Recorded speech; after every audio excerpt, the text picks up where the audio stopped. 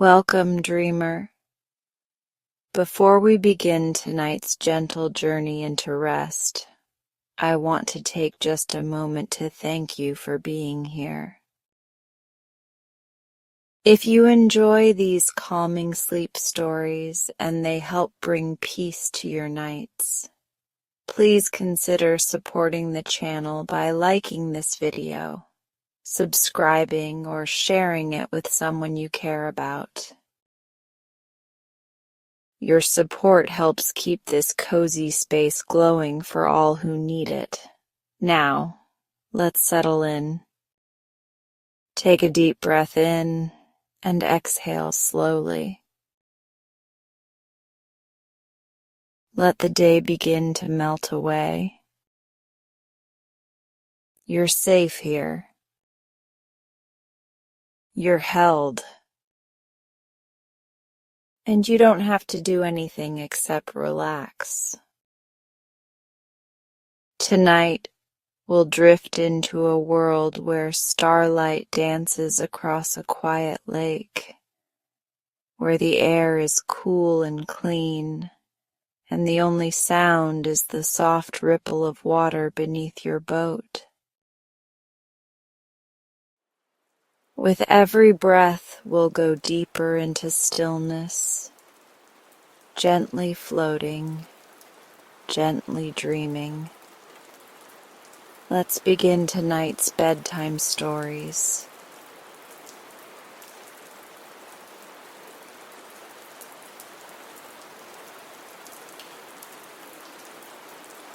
A king once died, as kings are apt to do, being as liable to shortness of breath as other mortals. It was high time this king abandoned his earth life, for he had lived in a sadly extravagant manner, and his subjects could spare him without the slightest inconvenience. His father had left him a full treasury, both money and jewels being in abundance. But the foolish king just deceased had squandered every penny in riotous living. He had then taxed his subjects until most of them became paupers, and this money vanished in more riotous living. Next he sold all the grand old furniture in the palace, all the silver and gold plate and bric-a-brac, all the rich carpets and furnishings, and even his own kingly wardrobe, reserving only a soiled and moth-eaten ermine robe to fold over his threadbare raiment. And he spent the money in further riotous living. Don't ask me to explain what riotous living is. I only know from hearsay that it is an excellent way to get rid of money. And so this spendthrift king found it. He now picked all the magnificent jewels from this kingly crown, and from the round ball on the top of his scepter, and sold them and spent the money. Riotous living, of course.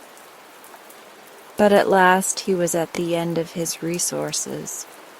He couldn't sell the crown itself because no one but the king had the right to wear it.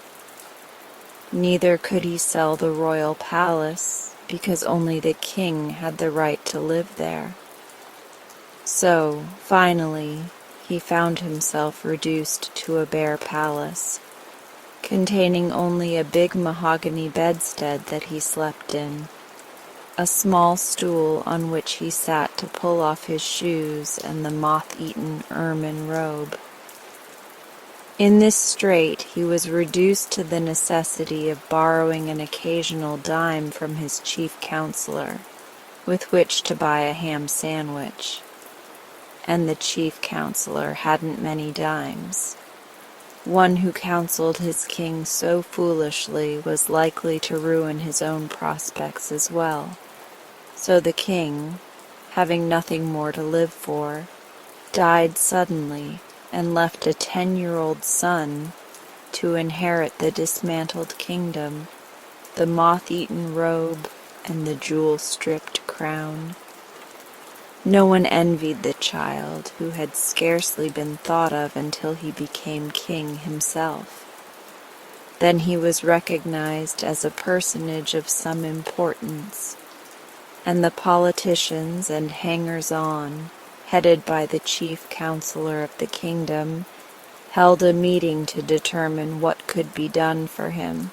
These folk had helped the old king to live riotously while his money lasted, and now they were poor and too proud to work. So they tried to think of a plan that would bring more money into the little king's treasury, where it would be handy for them to help themselves. After the meeting was over, the chief counselor came to the young king, who was playing peg-top in the courtyard, and said, "Your Majesty, we have thought of a way to restore your kingdom to its former power and magnificence." "All right," replied His Majesty carelessly. "How will you do it?" "By marrying you to a lady of great wealth," replied the counselor. "Marrying me?" cried the king. "Why, I am only 10 years old." "I know, it is to be regretted, but your Majesty will grow older, and the affairs of the kingdom demand that you marry a wife." "Can't I marry a mother instead?" asked the poor little king, who had lost his mother when a baby. "Certainly not," declared the counselor. "To marry a mother would be illegal. To marry a wife is right and proper." "Can't you marry her yourself?" inquired His Majesty, aiming his peg-top at the chief counselor's toe, and laughing to see how he jumped to escape it. "Let me explain," said the other. "You haven't a penny in the world, but you have a kingdom. There are many rich women who would be glad to give their wealth in exchange for a queen's coronet, even if the king is but a child. So we have decided to advertise that the one who bids the highest shall become the Queen of Quok." "If I must marry at all," said the king after a moment's thought, "I prefer to marry Nyana, the armorer's daughter." "She is too poor," replied the counselor. "Her teeth are pearls, her eyes are amethysts, and her hair is gold," declared the little king. "True, your Majesty, but consider that your wife's wealth must be used. How would Nyana look after you have pulled her teeth of pearls, plucked out her amethyst eyes, and shaved her golden head?" The boy shuddered. "Have your own way," he said despairingly. "Only let the lady be as dainty as possible and a good playfellow." "We shall do our best," returned the chief counselor, and went away to advertise throughout the neighboring kingdoms for a wife for the boy king of Quok. There were so many applicants for the privilege of marrying the little king that it was decided to put him up at auction, in order that the largest possible sum of money should be brought into the kingdom. So, on the day appointed, the ladies gathered at the palace from all the surrounding kingdoms, from Bilkon, Mulgravia, Junkum, and even as far away as the Republic of Macvelt. The chief counselor came to the palace early in the morning and had the king's face washed and his hair combed, and then he padded the inside of the crown with old newspapers to make it small enough to fit His Majesty's head. It was a sorry-looking crown, having many big and little holes in it where the jewels had once been, and it had been neglected and knocked around until it was quite battered and tarnished. Yet, as the counselor said, it was the king's crown, and it was quite proper he should wear it on the solemn occasion of his auction. Like all boys, be they kings or paupers, His Majesty had torn and soiled his one suit of clothes so that they were hardly presentable, and there was no money to buy new ones. Therefore the counselor wound the old ermine robe around the king and sat him upon the stool in the middle of the otherwise empty audience chamber. And around him stood all the courtiers and politicians and hangers-on of the kingdom, consisting of such people as were too proud or lazy to work for a living.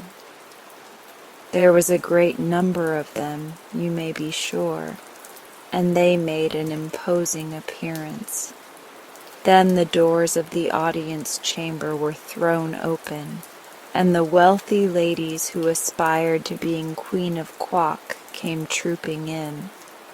The king looked them over with much anxiety and decided they were each and all old enough to be his grandmother, and ugly enough to scare away the crows from the royal cornfields. After which he lost interest in them. But the rich ladies never looked at the poor little king squatting upon his stool. They gathered at once about the chief counselor who acted as auctioneer. "How much am I offered for the coronet of the Queen of Quock?" asked the counselor in a loud voice. "Where is the coronet?"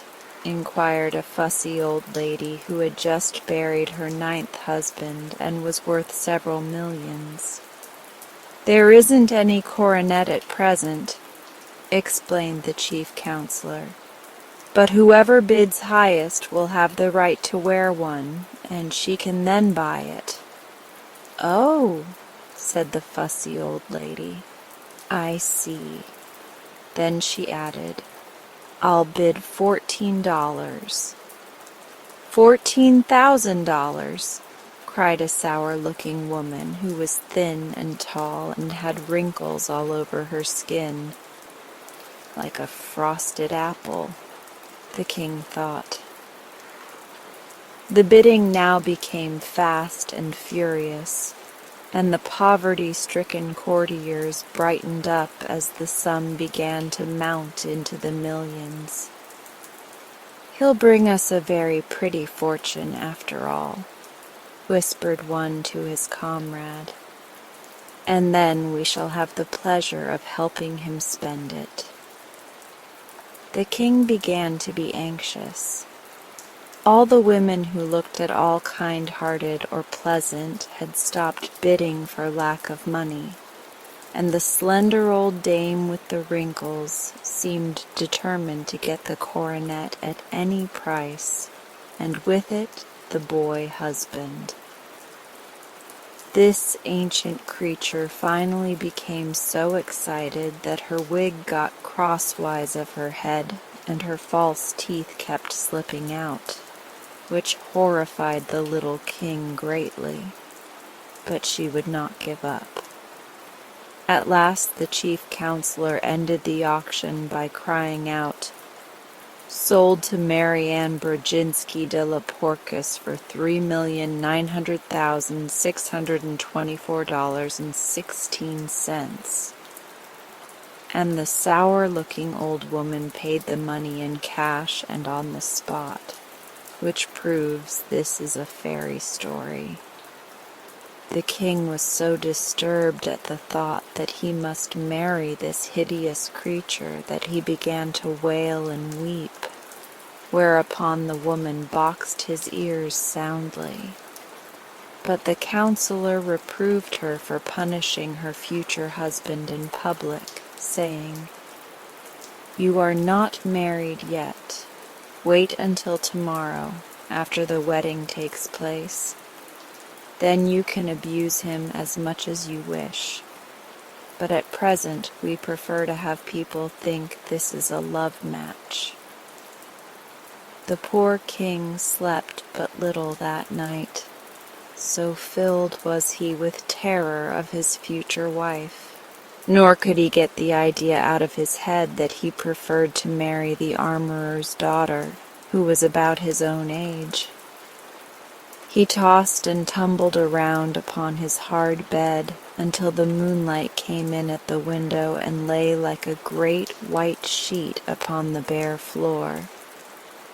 Finally, in turning over for the 100th time, his hand struck against a secret spring in the headboard of the big mahogany bedstead, and at once, with a sharp click, a panel flew open. The noise caused the king to look up, and seeing the open panel, he stood upon tiptoe and, reaching within, drew out a folded paper. It had several leaves fastened together like a book, and upon the first page was written, "When the king is in trouble, this leaf he must double and set it on fire to obtain his desire." This was not very good poetry, but when the king had spelled it out in the moonlight, he was filled with joy. "There's no doubt about my being in trouble," he exclaimed, "so I'll burn it at once and see what happens." He tore off the leaf and put the rest of the book in its secret hiding place. Then, folding the paper double, he placed it on the top of his stool, lighted a match, and set fire to it. It made a horrid smudge for so small a paper, and the king sat on the edge of the bed and watched it eagerly. When the smoke cleared away, he was surprised to see, sitting upon the stool, a round little man who, with folded arms and crossed legs, sat calmly facing the king and smoking a black briarwood pipe. "Well, here I am," said he. "So I see," replied the little king. "But how did you get here?" "Didn't you burn the paper?" demanded the round man by way of answer. "Yes, I did," acknowledged the king. "Then you are in trouble, and I've come to help you out of it. I'm the slave of the royal bedstead." "Oh," said the king, "I didn't know there was one." "Neither did your father, or he would not have been so foolish as to sell everything he had for money. By the way, it's lucky for you he did not sell this bedstead. Now then, what do you want?"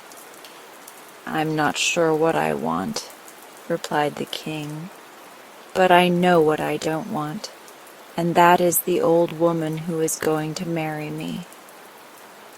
"That's easy enough," said the slave of the royal bedstead. "All you need do is to return her the money she paid the chief counselor and declare the match off. Don't be afraid. You are the king, and your word is law."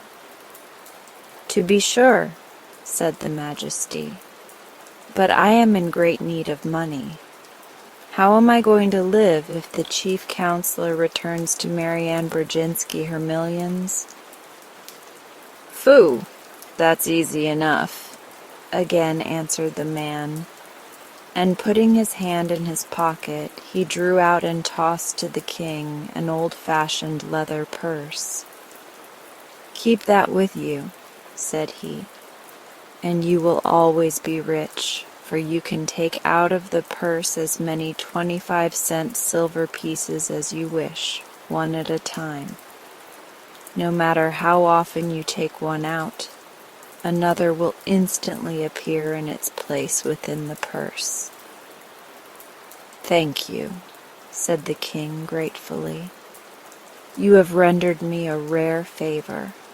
For now I shall have money for all my needs and will not be obliged to marry anyone. Thank you 1,000 times." "Don't mention it," answered the other, puffing his pipe slowly and watching the smoke curl into the moonlight. "Such things are easy to me. Is that all you want?" "All I can think of just now," returned the king. "Then please close that secret panel in the bedstead," said the man. "The other leaves of the book may be of use to you some time."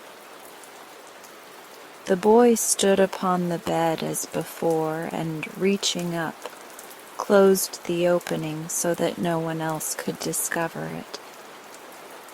Then he turned to face his visitor, but the slave of the royal bedstead had disappeared. "I expected that," said his majesty.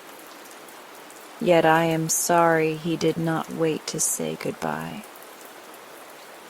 With a lightened heart and a sense of great relief, the boy king placed the leathern purse underneath his pillow, and climbing into bed again, slept soundly until morning. When the sun rose, his majesty rose also, refreshed and comforted, and the first thing he did was to send for the chief counselor. That mighty personage arrived looking glum and unhappy, but the boy was too full of his own good fortune to notice it. Said he, "I have decided not to marry anyone, for I have just come into a fortune of my own. Therefore I command you return to that old woman the money she has paid you for the right to wear the coronet of the Queen of Quock, and make public declaration that the wedding will not take place." Hearing this, the counselor began to tremble, for he saw the young king had decided to reign in earnest, and he looked so guilty that his majesty inquired, "Well, what is the matter now?" "Sire," replied the wretch in a shaking voice, "I cannot return the woman her money, for I have lost it." "Lost it!"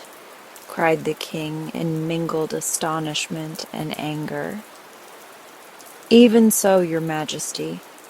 On my way home from the auction last night, I stopped at the drug-store to get some potash lozenges for my throat, which was dry and hoarse with so much loud talking, and your majesty will admit it was through my efforts the woman was induced to pay so great a price.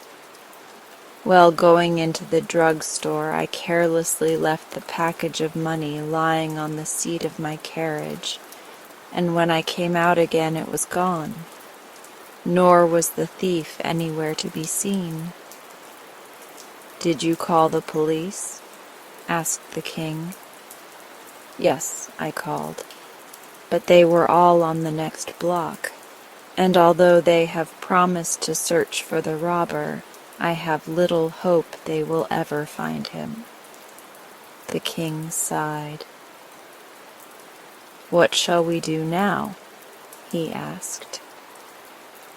"I fear you must marry Mary Ann Brodzinski," answered the chief counselor, "unless indeed you order the executioner to cut her head off."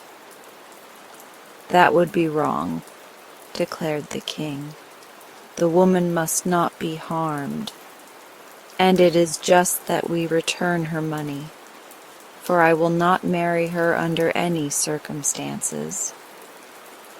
"Is that private fortune you mentioned large enough to repay her?" asked the counselor. "Why, yes," said the king thoughtfully. "But it will take some time to do it, and that shall be your task. Call the woman here." The counselor went in search of Mary Ann, who, when she heard she was not to become a queen, but would receive her money back, flew into a violent passion and boxed the chief counselor's ears so viciously that they stung for nearly an hour. But she followed him into the king's audience chamber, where she demanded her money in a loud voice, claiming as well the interest due upon it overnight. "The counselor has lost your money," said the boy king, "but he shall pay you every penny out of my own private purse. I fear, however, you will be obliged to take it in small change." "That will not matter," she said, scowling upon the counselor as if she longed to reach his ears again.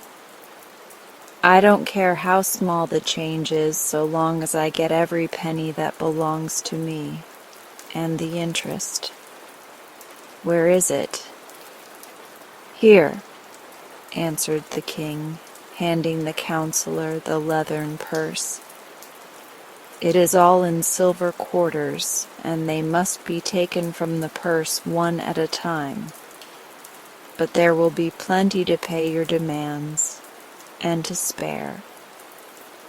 So, there being no chairs, the counselor sat down upon the floor in one corner and began counting out silver 25-cent pieces from the purse, one by one. And the old woman sat upon the floor opposite him and took each piece of money from his hand. It was a large sum, $3,900,624.16, and it takes 4 times as many 25-cent pieces as it would dollars to make up the amount. The king left them sitting there and went to school, and often thereafter he came to the counselor and interrupted him long enough to get from the purse what money he needed to reign in a proper and dignified manner. This somewhat delayed the counting, but as it was a long job anyway, that did not matter much. The king grew to manhood and married the pretty daughter of the armorer, and they now have 2 lovely children of their own.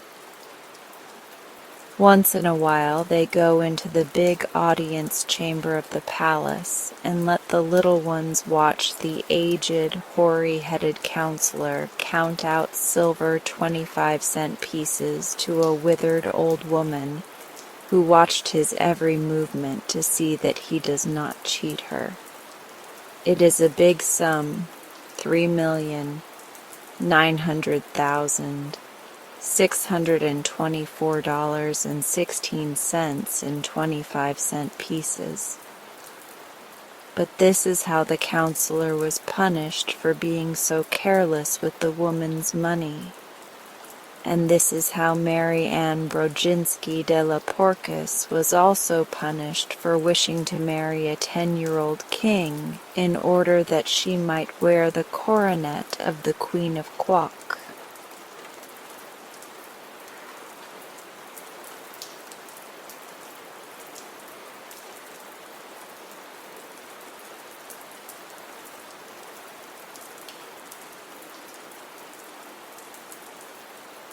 John Cooper was a little boy whose father and mother lived in a cottage on one side of a village green.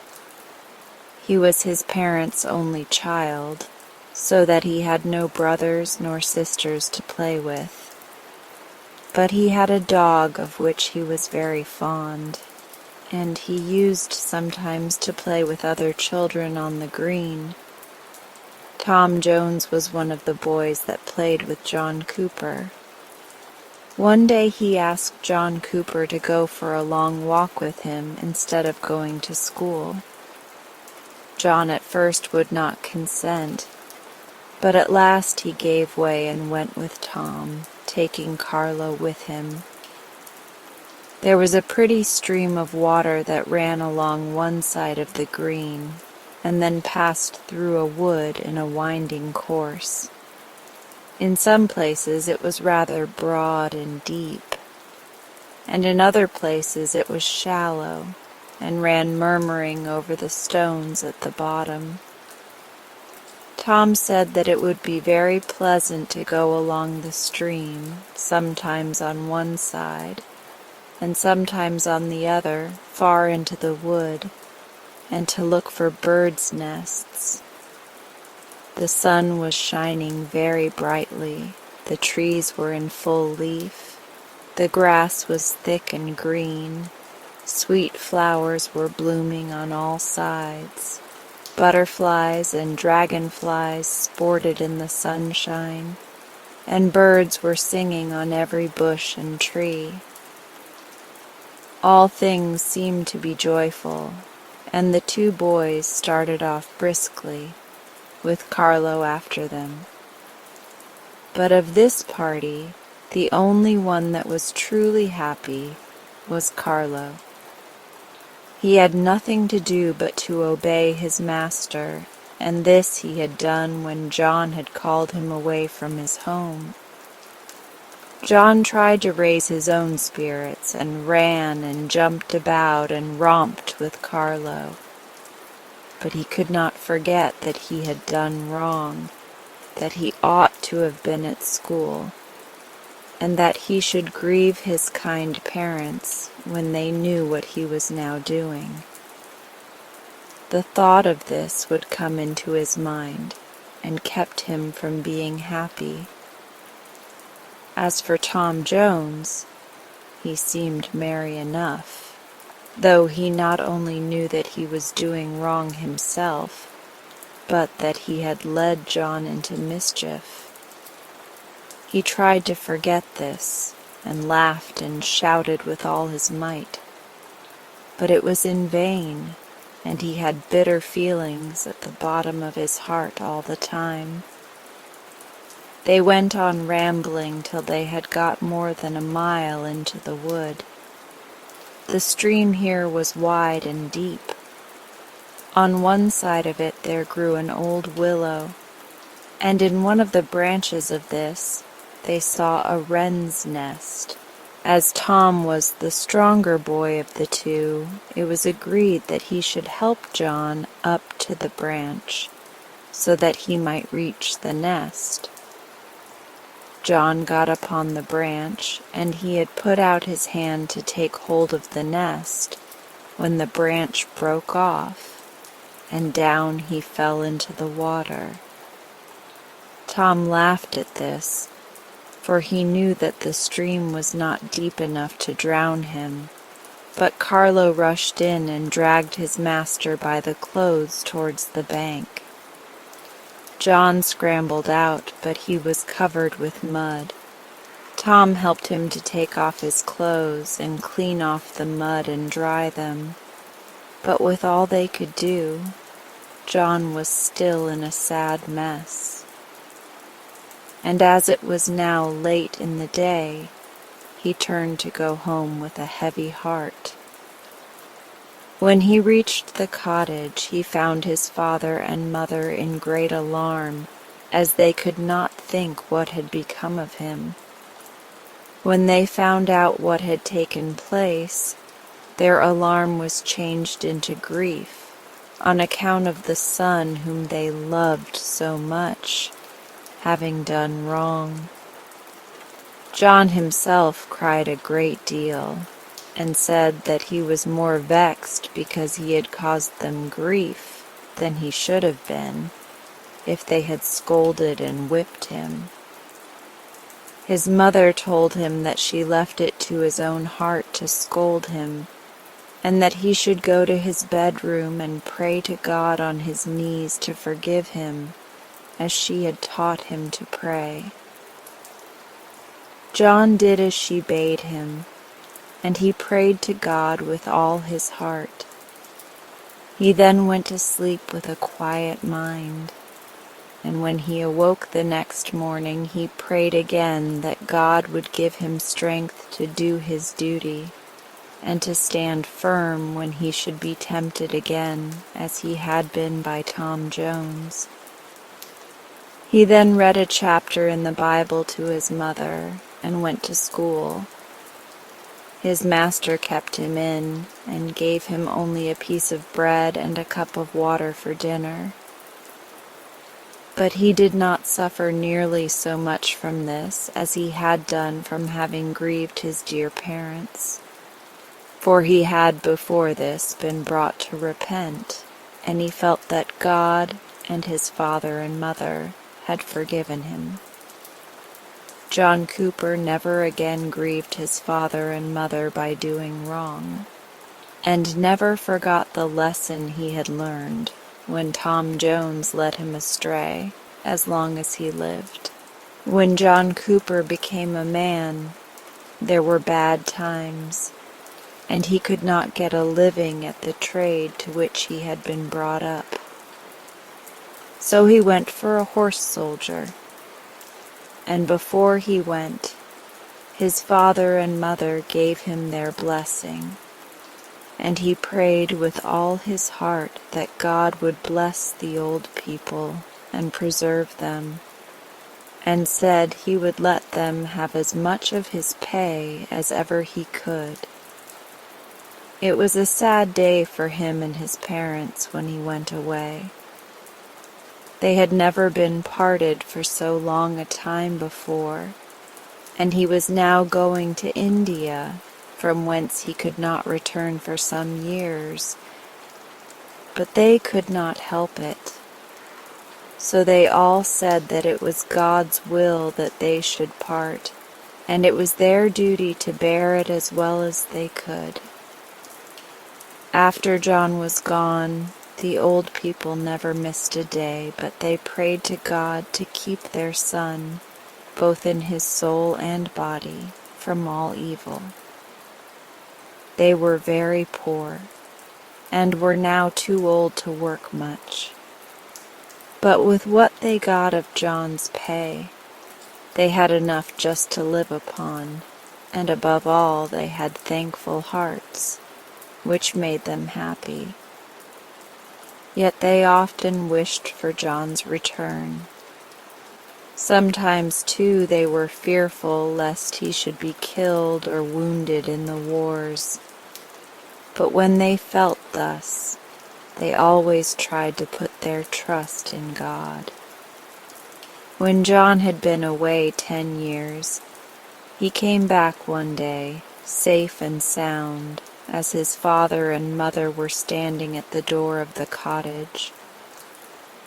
You may judge how they all felt, and how many questions his fond mother asked him as to where he had been and how he had got on. The next day was Sunday, and both John and his parents were glad of it, for they wished to go to church to offer up their thanks to God, who had kept John safe through many dangers, had saved the lives of the old people, and had now brought them to each other again. It was a fine, bright morning in spring, just such a one as it had been nearly 20 years before, when Tom Jones had tempted John Cooper to keep away from school and to go into the wood to take birds' nests. John did not forget that day, and when it came into his mind he could not help thinking of the changes that had taken place since. He went to church, and you may be sure that he and the old man and woman gave thanks to God with all their hearts for the mercy he had shown to them. Mary Jones was a poor woman whose husband had gone to sea on a long voyage. She lived in a house by the roadside and got her living by washing. She had 2 little boys who were her great comfort, and whom she used to call Ned and Tom. For some time after her husband had left, she got on very well, and was able to send the boys to school, but she caught a fever and was forced to keep her bed. Her neighbor, Sarah Smith, was very kind to her and used to come to the house every morning and evening to do what she could to help her. But she was a poor woman and could not afford to give Mary Jones anything that cost money, so poor Mary was forced to part with a great many things that she might get food. Ned and Tom at this time took turns to go to school. Tom used to go to school one day, while Ned waited on his mother, and the next day Ned went to school and Tom stayed at home. One morning when Ned was going to school, the thought of his poor mother pressed hard on his heart, and after he had gone a little way, he burst out crying. He had not gone far along the narrow lane towards the school when two young ladies met him and asked him why he was crying. He told them that he was thinking of his poor, sick mother. The ladies then asked him his name and where he lived, and said they would go and call upon his mother. He thanked them and dried up his tears, and went on to school with a much lighter heart. Soon after he reached home in the evening, the two kind ladies came to his mother's house with a footboy, who brought a basket filled with bread and meat, and some things fit for the poor sick woman. They told Mary Jones how they had met Ned in the lane, and what he had told them, and she thanked them for what they had brought, and said that she hoped God would bless them for their goodness to her. They then asked about Ned and Tom, and said they would get their father to do what he could for them. The young ladies then went home, told their father and mother what they had seen and heard, and thanked God that they had been able to make a poor woman and her two sons happy. There was a poor woman named Rachel Jenkins, who lived in a very little cottage at some distance from any other house. She was a widow and very poor, but she was very clean and careful, so that her cottage had always a look of neatness and comfort. She used to spend most of her time in spinning. She had one son, whose name was Harry. He was 12 years old, and used to carry a basket filled with tapes and thread, pins and needles, and other things of that sort, which he sold to people who lived near. He used to go out in the morning and return in the evening, and you may be sure his mother was always glad when the time came for him to come home. One evening, as he was on his way home, about half a mile from his mother's house, he saw an old man sitting by the wayside, who was very tired and seemed as if he was not able to walk any further. His hair was quite white, and his face and hands were thin and wrinkled. Harry said to him in a kind voice, "You seem tired, Father. Have you got much further to walk?" The old man told him that he had to go to the next town, which was 12 miles further, but that he was so tired he was sure that he should not be able to get there that night. On this, Harry said, "I wish you would go home with me, for I am sure my mother would be very glad that you should sleep in our house." The old man thanked him and said he would go with him. So he rested his hand upon Harry's shoulder and walked slowly towards the house. Harry's mother met them at the door, and when Harry had told her how he had met with the old man, she said she was glad to see him and asked him to walk in to take some tea. After tea, the old man told Sarah Jenkins that he was going to see his son, who was laid up in a hospital in the town to which he was going. His son was a soldier and had been in the West Indies for some years, but he caught the yellow fever and was sent home sick. The next morning the old man went on his way and blessed Sarah Jenkins and Harry, because they had done good to him who could make no other return than to thank them and pray for them. When I was a girl, Sunday evening used to be the part of the week that I loved best, and I liked it better in winter than in summer. We used to sit round a blazing fire. My mother used then to teach my little brother Tom to say his prayers, and my father used to teach me to read in Pilgrim's Progress or some such book, while my brother John sat near reading some book or other that was fit for a Sunday with his dog Hector lying at his feet. My dear old grandfather was then alive, and he would sit at the table with the large old family Bible before him for the whole evening. As I look back upon the pleasant picture in my mind, my eye fills with tears. I cannot help thinking of what has become of the faces that were then so full of smiles and gladness. My grandfather went to the grave first, but he died in a good old age.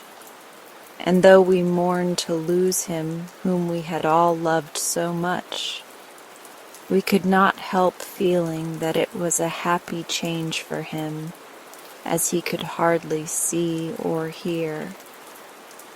Next to him, my poor little brother Tom fell ill of the typhus fever, and God took him to heaven in the budding of his childhood.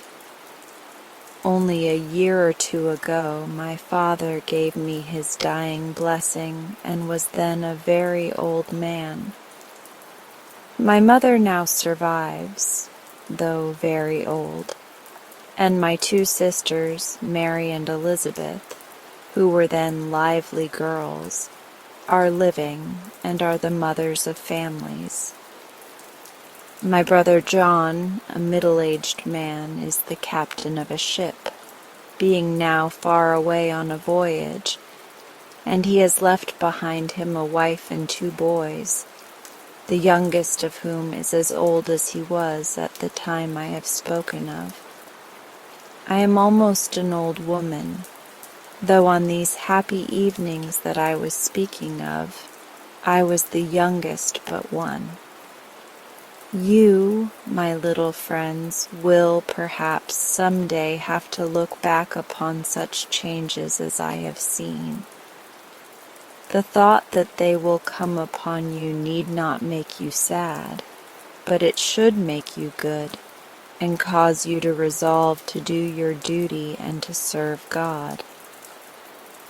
If you do so, when you get as old as I am, you will find that if age brings its cares and sorrows, it also brings surer and even brighter hopes of a life beyond the grave. John Davis and his wife were very poor people, but as they worked very hard, they could just get a living for themselves. John worked for a farmer in the parish, and his wife took in needlework. They did pretty well when John had work, but for nearly 2 years John's master could not employ him always, and he was brought almost to distress. But his wife always used to keep up his spirits by saying, "Be content, and thank God if you can but live. Brighter hours will come." Sometimes John was quite spirit-broken and said he should leave home and try to get work somewhere else. He was forced to sell some of his goods to buy food and did not know which way to turn. But his wife never failed to wear a cheerful face and used to be always saying to him, "Do your best and be content to take what God appoints." John loved his wife very much, but he was sometimes half vexed because she was never sad like he was. He would tell her that it was a very good thing to be cheerful and happy when they could get a good living. She then used to say to him that there was no virtue in being content when all was going on well, and that the proper time to try to be cheerful was when things were going amiss. At last, better times came. John got into work on the estate of a rich man who lived near, and as he was a very honest man and knew his work, his master soon put him in a place of trust, raised his wages, and gave him a good house to live in.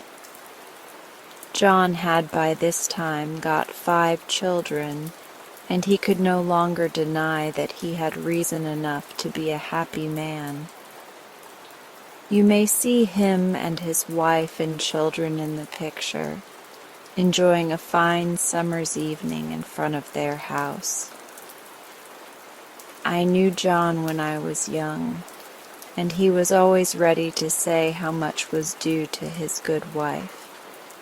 He told me that he owed all his good fortune to her cheerful spirits and good advice to him, and added that now he was well off, he found the truth of what she had told him, that the proper time to try to be cheerful was when things were going amiss. I have never forgot that lesson, and I hope I never shall, and I beg my young friends to keep in mind that contentment is a constant feast. There is work enough in the world for everyone to do something. There is no proper place for idle people. This is what old Michael the basket maker used to say to his children, and as they grew up, they found reason enough to thank him for the lesson.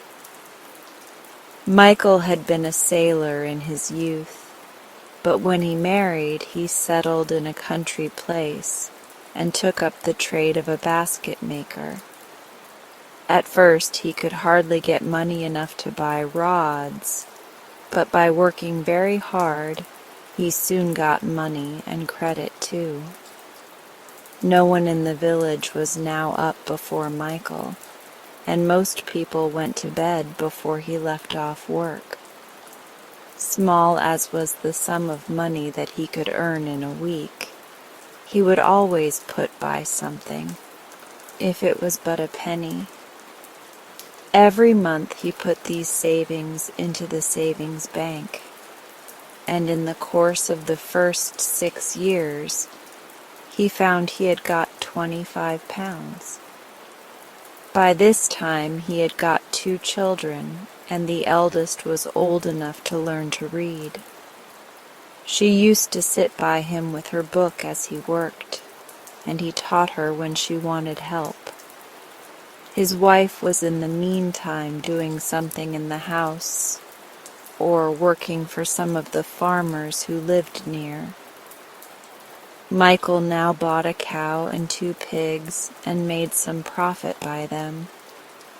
In 6 years more he bought the cottage he lived in, and 12 years after this, that is 24 years after he was married, he rented a little farm. By this time he had 7 children, and as he had made his cottage larger, they all lived at home and helped him. His eldest boys worked at the farm, and the girls milked the cows and made the butter under the care of their mother and kept the poultry. As for Michael himself, though he was well off, he kept on his old trade and went on in his old habits. The last time I saw him before I left the place in which he lived, he was teaching his youngest child to read while he was at work, just as he had taught his eldest. I have often thought of Michael's words, "There is no place in the world for idle people."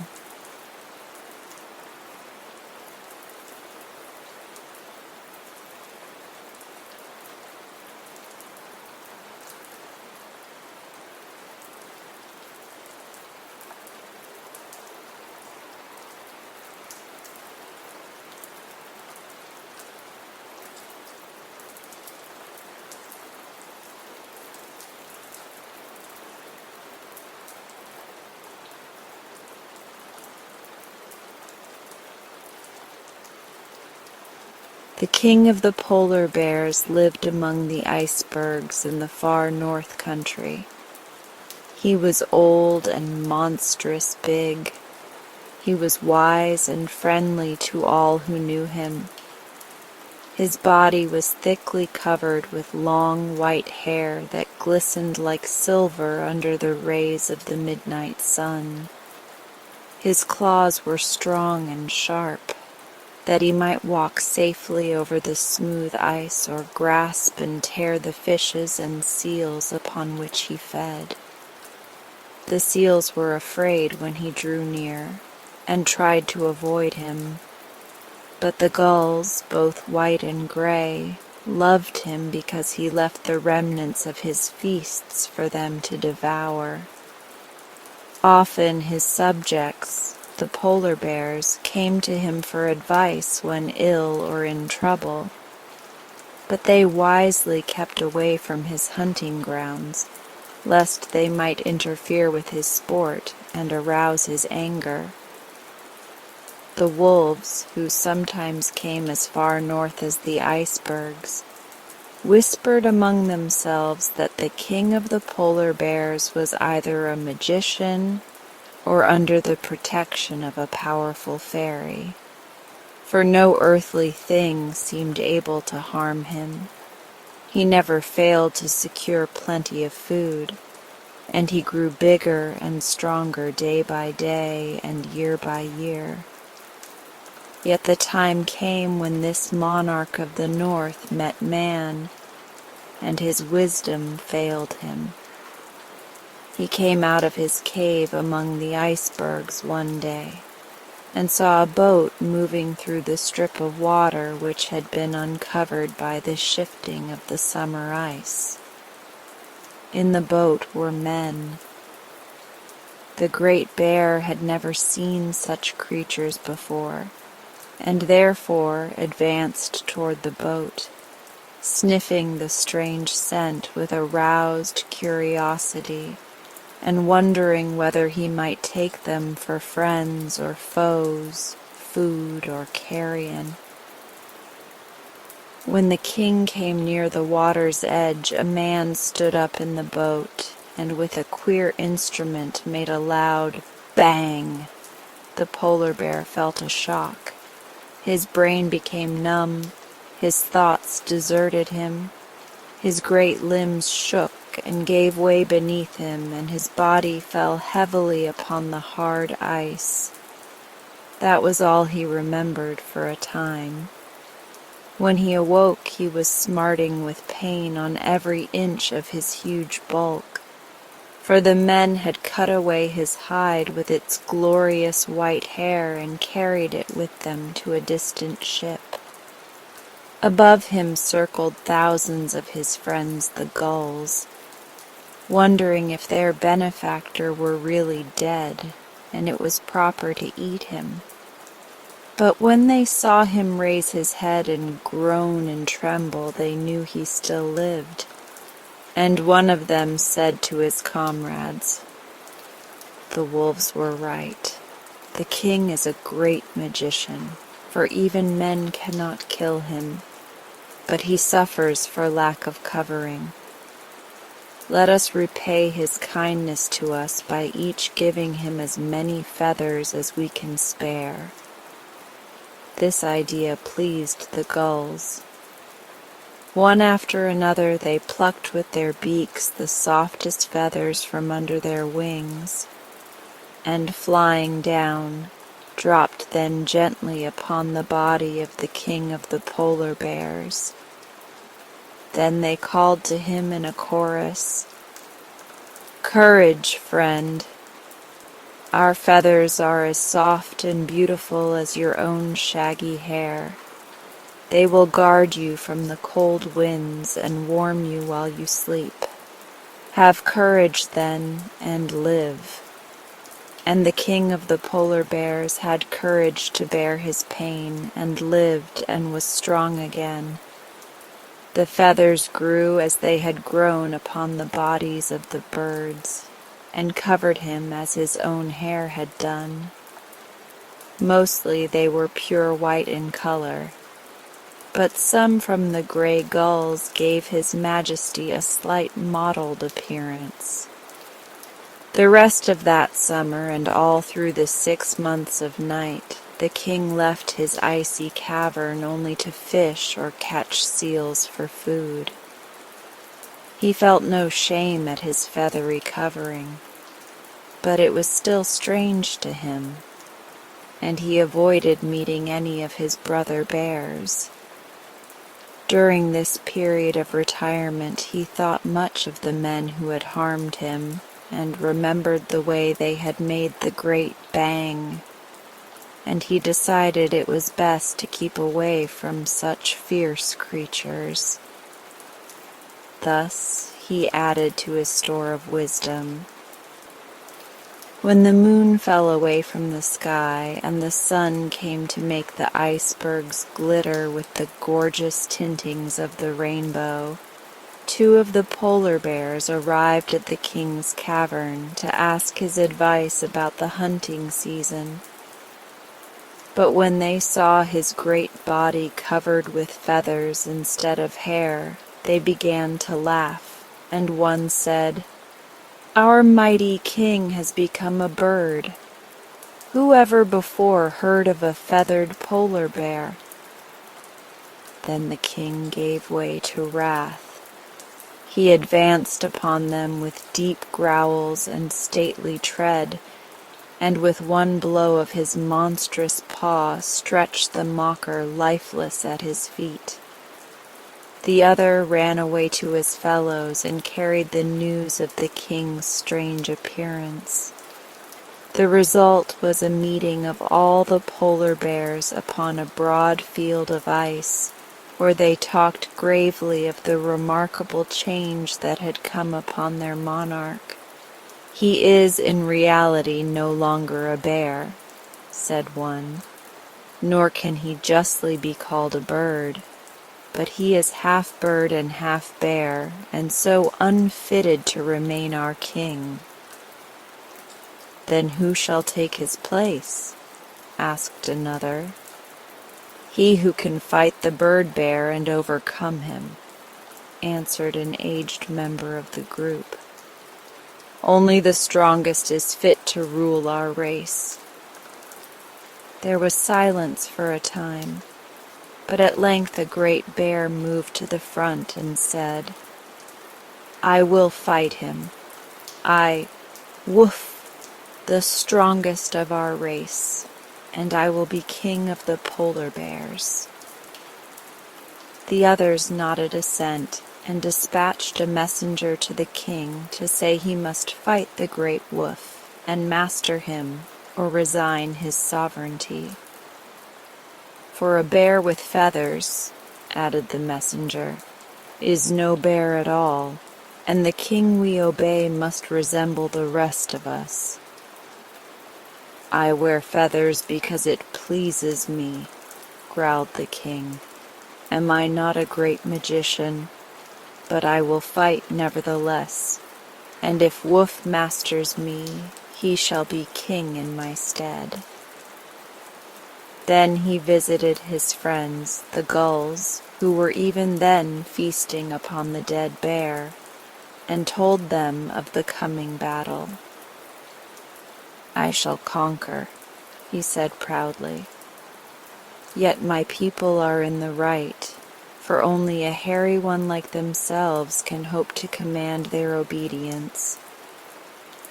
The queen gull said, "I met an eagle yesterday, which had made its escape from a big city of men, and the eagle told me he had seen a monstrous polar bear skin thrown over the back of a carriage that rolled along the street.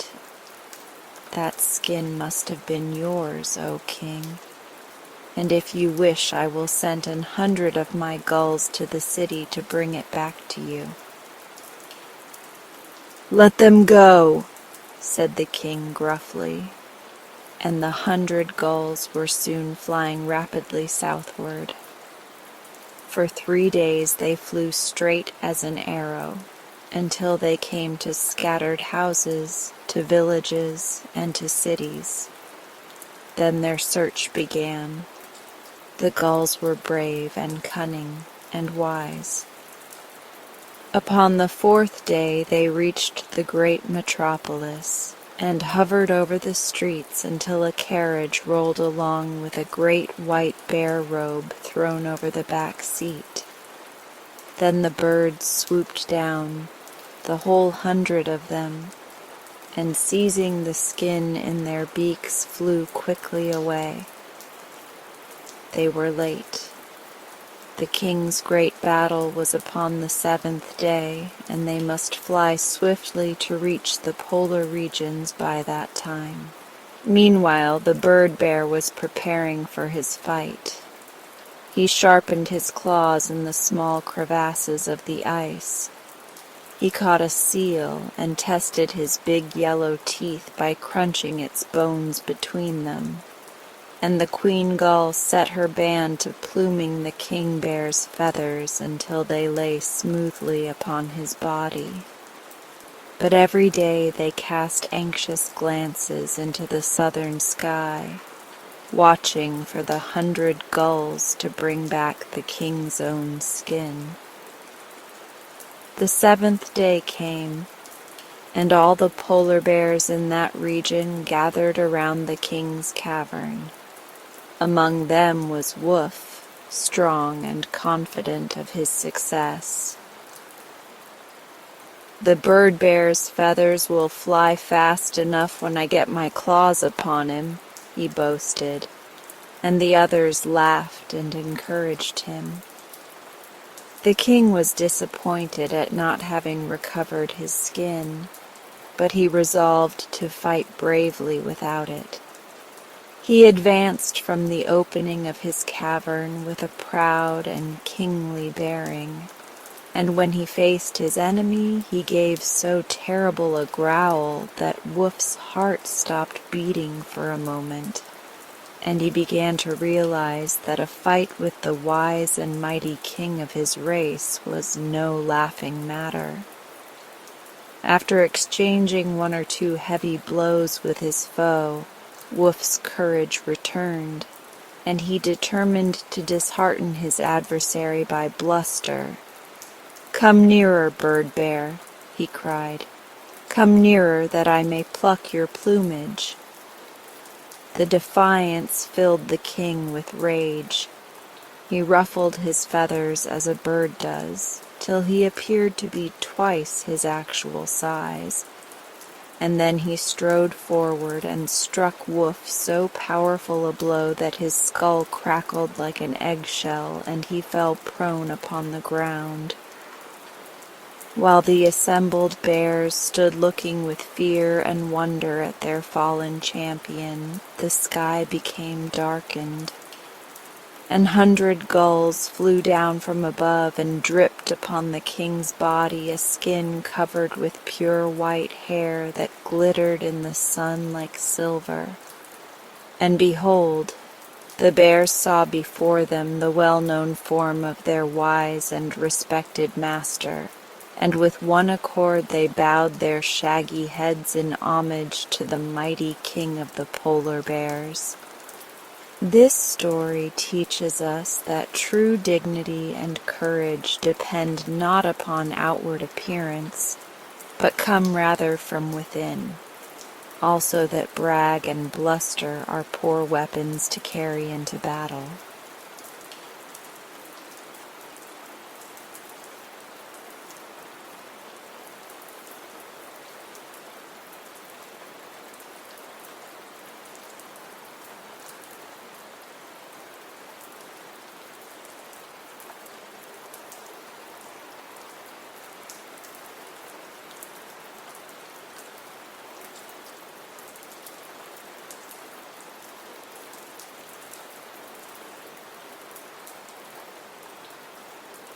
Clown, madman thou errest, I say there is no darkness but ignorance, in which thou art more puzzled than the Egyptians in their fog.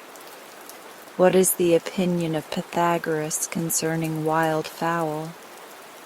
Malvolio, that the soul of our grandam might haply inhabit a bird. Clown, what thinkest thou of his opinion? Malvolio, I think nobly of the soul, and in no way approve his opinion. 12th Night, Iver. 2. I remember, said Mrs. Overthaway.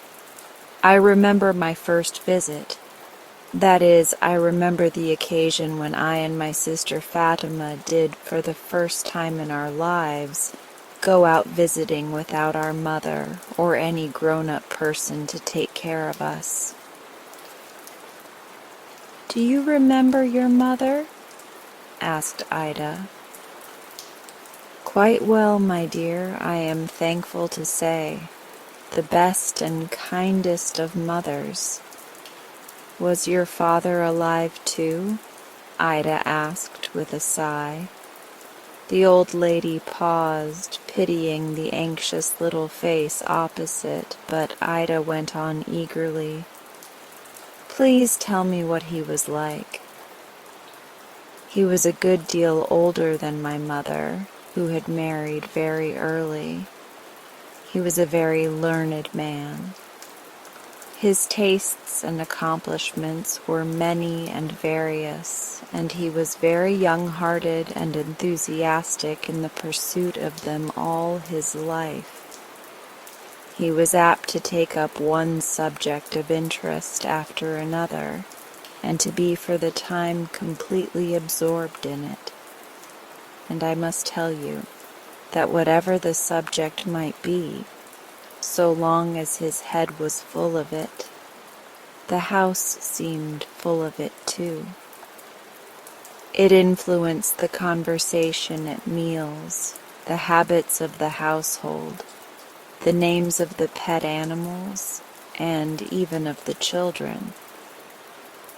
I was called Mary, in a fever of chivalrous enthusiasm for the fair and luckless Queen of Scotland, and Fatima received her name when the study of Arabic had brought about an Eastern mania. My father had wished to call her Shahrazad, after the renowned Sultana of the Arabian Nights, but when he called upon the curate to arrange for the baptism, that worthy man flatly rebelled. A long discussion ended in my father's making a list of Eastern names, from which the curate selected that of Fatima as being least repugnant to the sobriety of the parish registers. So Fatima she was called, and as she grew up pale and moon-faced and dark-eyed, the name became her very well. Was it this Fatima who went out visiting with you? Asked Ida. Yes, my dear. And now as to the visit. The invitation came on my 13th birthday. One's birthday is generally a day of some importance. A very notable day whilst one is young, but less so when one is old, when one is being carried quickly through the last stages of life, and when it seems hardly worthwhile to count time so near the end of the journey. Even in youth, however, some birthdays are more important than others.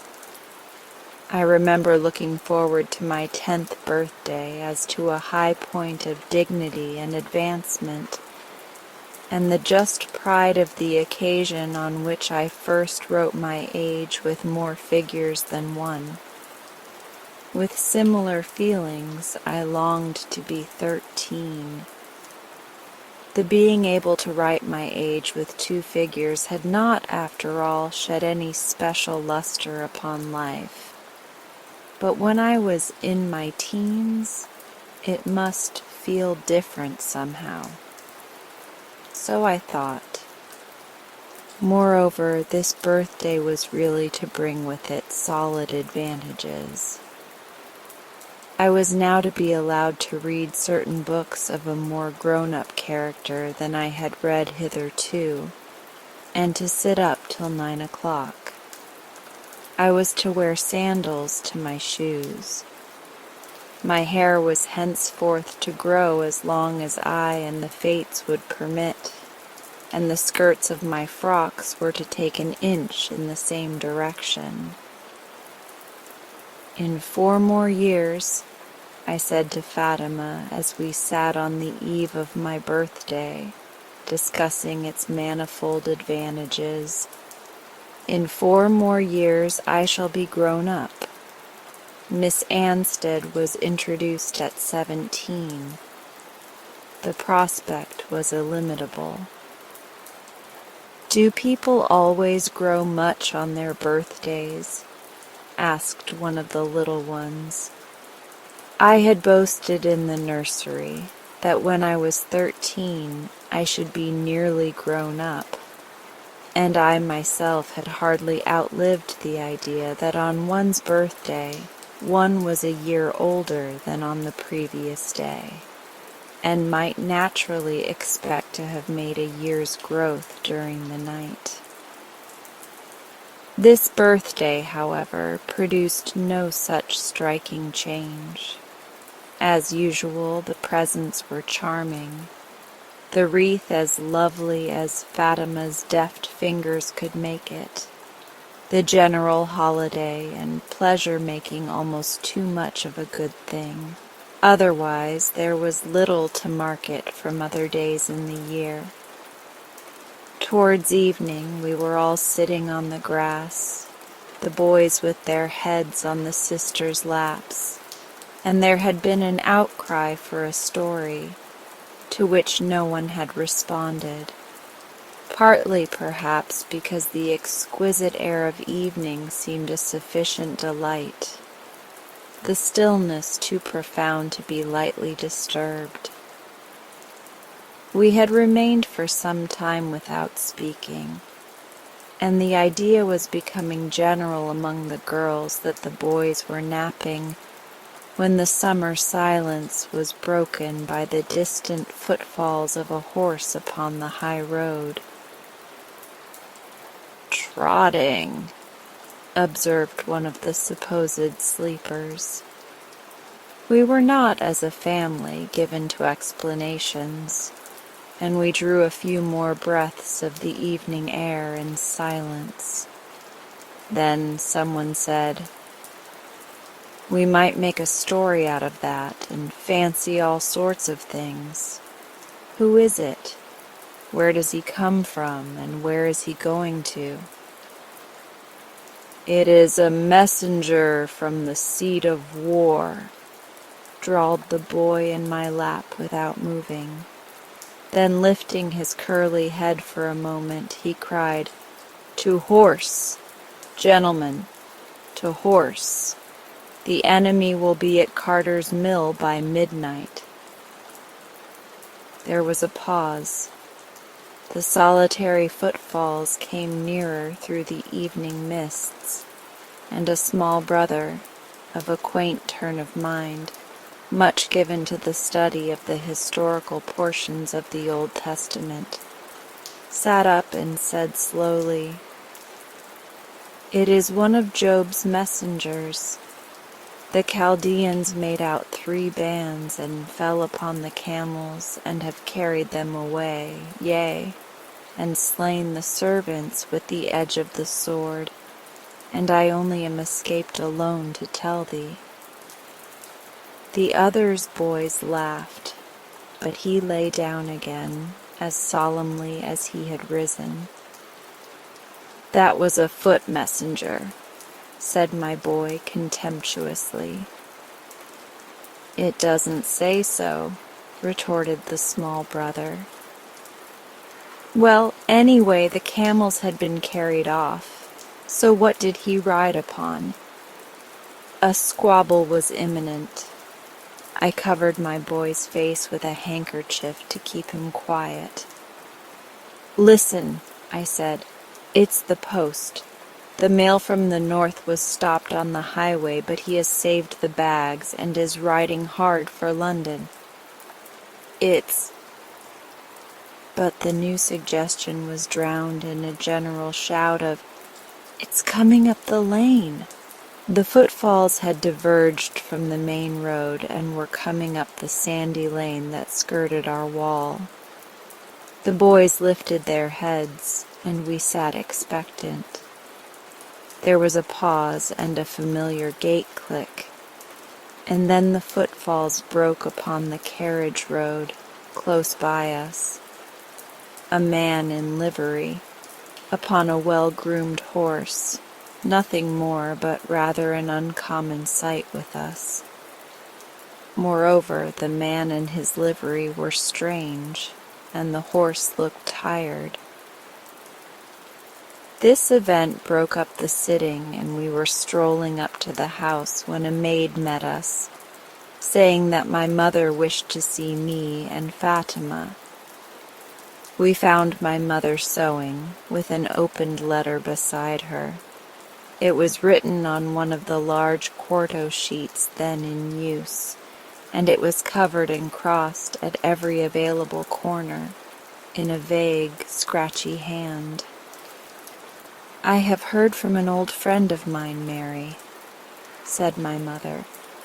"She has come to live about 12 miles from here. There is something in the letter about you and Fatima, and you may read that part aloud if you can, the top of the last page." I found the place, and with some difficulty deciphered. The dear Major was all delicacy and consideration. "No, no," said my mother. The next sentence. "Dear Cecilia" was all sweetness. The dress was— My mother took the letter and found the right place herself, and then I read, "If you cannot come yourself, at least let us renew acquaintance in our children. I think you have 2 girls about 13.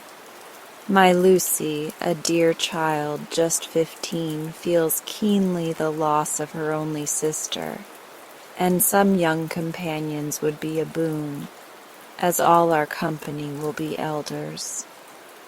Pray send them.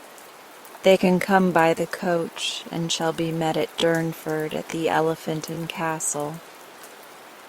"Is the other sister dead?" asked Fatima pityingly, when we had discussed our personal interest in the subject. "Oh no, only married," said my mother. It was decided that we should go. This decision was not arrived at once, or without some ups and downs. My mother could not go herself, and had some doubts as to our being old enough as yet to go out visiting alone. It will be believed that I made much of being able to say, "But you know, I am 13 now."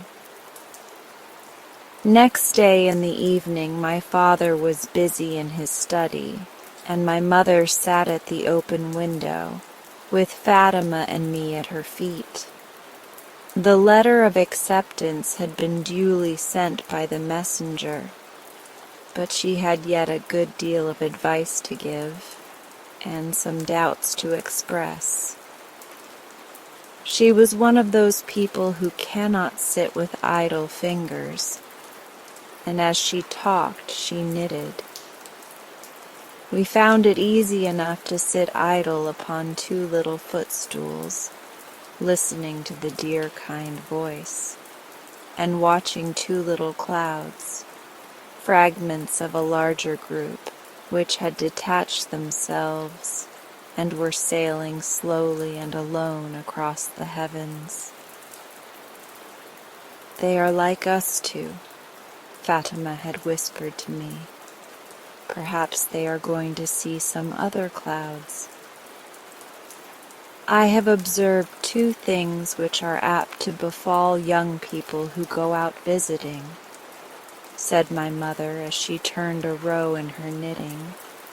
One is that they neglect little good habits while they are away, and the other is that they make themselves very disagreeable when they come back.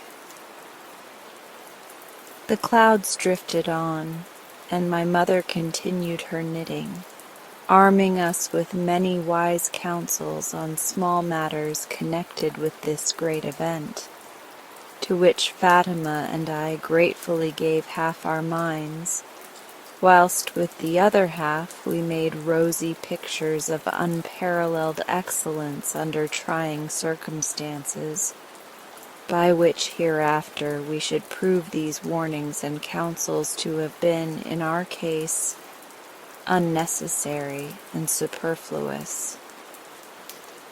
"Most families and most people," said my mother, "have little good habits and customs of their own which they feel bound to keep, although they are not among the great general duties which bind everyone. So long as young people are at home, these matters are often simple enough, but when they go away, certain difficulties arise. They go amongst people whose little habits are not the same as those to which they have been accustomed. Sometimes they come to very uncharitable conclusions upon their friends' characters in consequence. And I must say that I have never met with anyone who could be more severe than young people of your age are apt to be. I remember it of myself, and I have seen it in so many other girls. Home is naturally the standard, and whatever is different seems wrong. As life goes on, these young critics learn, or should learn, to distinguish between general and particular duties, and also coming to know a larger number of people, they find that all good persons are not cut to the same pattern, and that one's friends' little ways are not therefore absurd, because one does not happen to be used to them. On the other hand, if going amongst other people may tempt you to be critical of their little habits, it is also apt to make you neglect your own. Perhaps you think this cannot much matter, as they are not the great duties, and as other people seem to get on quite well without them. But one learns in the end that no character of any value is formed without the discipline of individual rules, and that rules are of no use that are not held to against circumstances. Charitable to others, severe to himself, seems a maxim for grown-up people in grown-up things.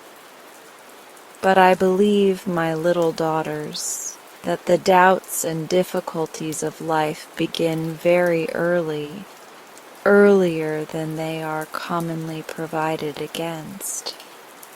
I think that innumerable girls struggle miserably in the practice of duty, from a radical ignorance of its principles, and that the earlier these are learnt, The smaller is the burden of regret one heaps together to oppress the future, and the sooner one finds that peace of mind which is not common even amongst the young, and should be light-hearted. In these, or words to this effect, my dear mother prepared us for our first plunge into society. We discussed the little good habits we were to maintain, and, amongst others, certain little Sunday customs, for we were to be away for a week. "We can't take all our good habits with us if you won't come," I said. "What is to become of the Sunday readings?" For my mother used to read to us every Sunday evening, and we were just in the middle of that book of wondrous fascination, The Pilgrim's Progress. "If it were not for the others, and if you would trust us with it," said Fatima thoughtfully, "we might take the book with us, and Mary might read to me if she would. I like her reading." My mother consented. There was another copy in the house, and though this volume was a favorite, she said it was time we learnt to take care of valuable books. So it was settled. We talked no more that evening, and the clouds drifted out of sight. "They have gone to bed in a big dark cloud on the other side," said Fatima, yawning, and we went to bed also.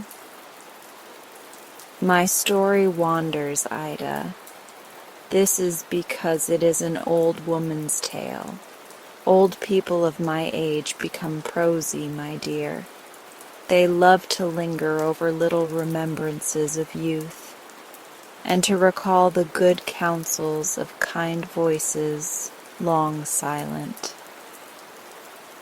But I must not put you to sleep a second time, so I will not describe the lists of good habits which Fatima and I drew up in fine Roman characters, and which were to be kept as good resolutions had never been kept before.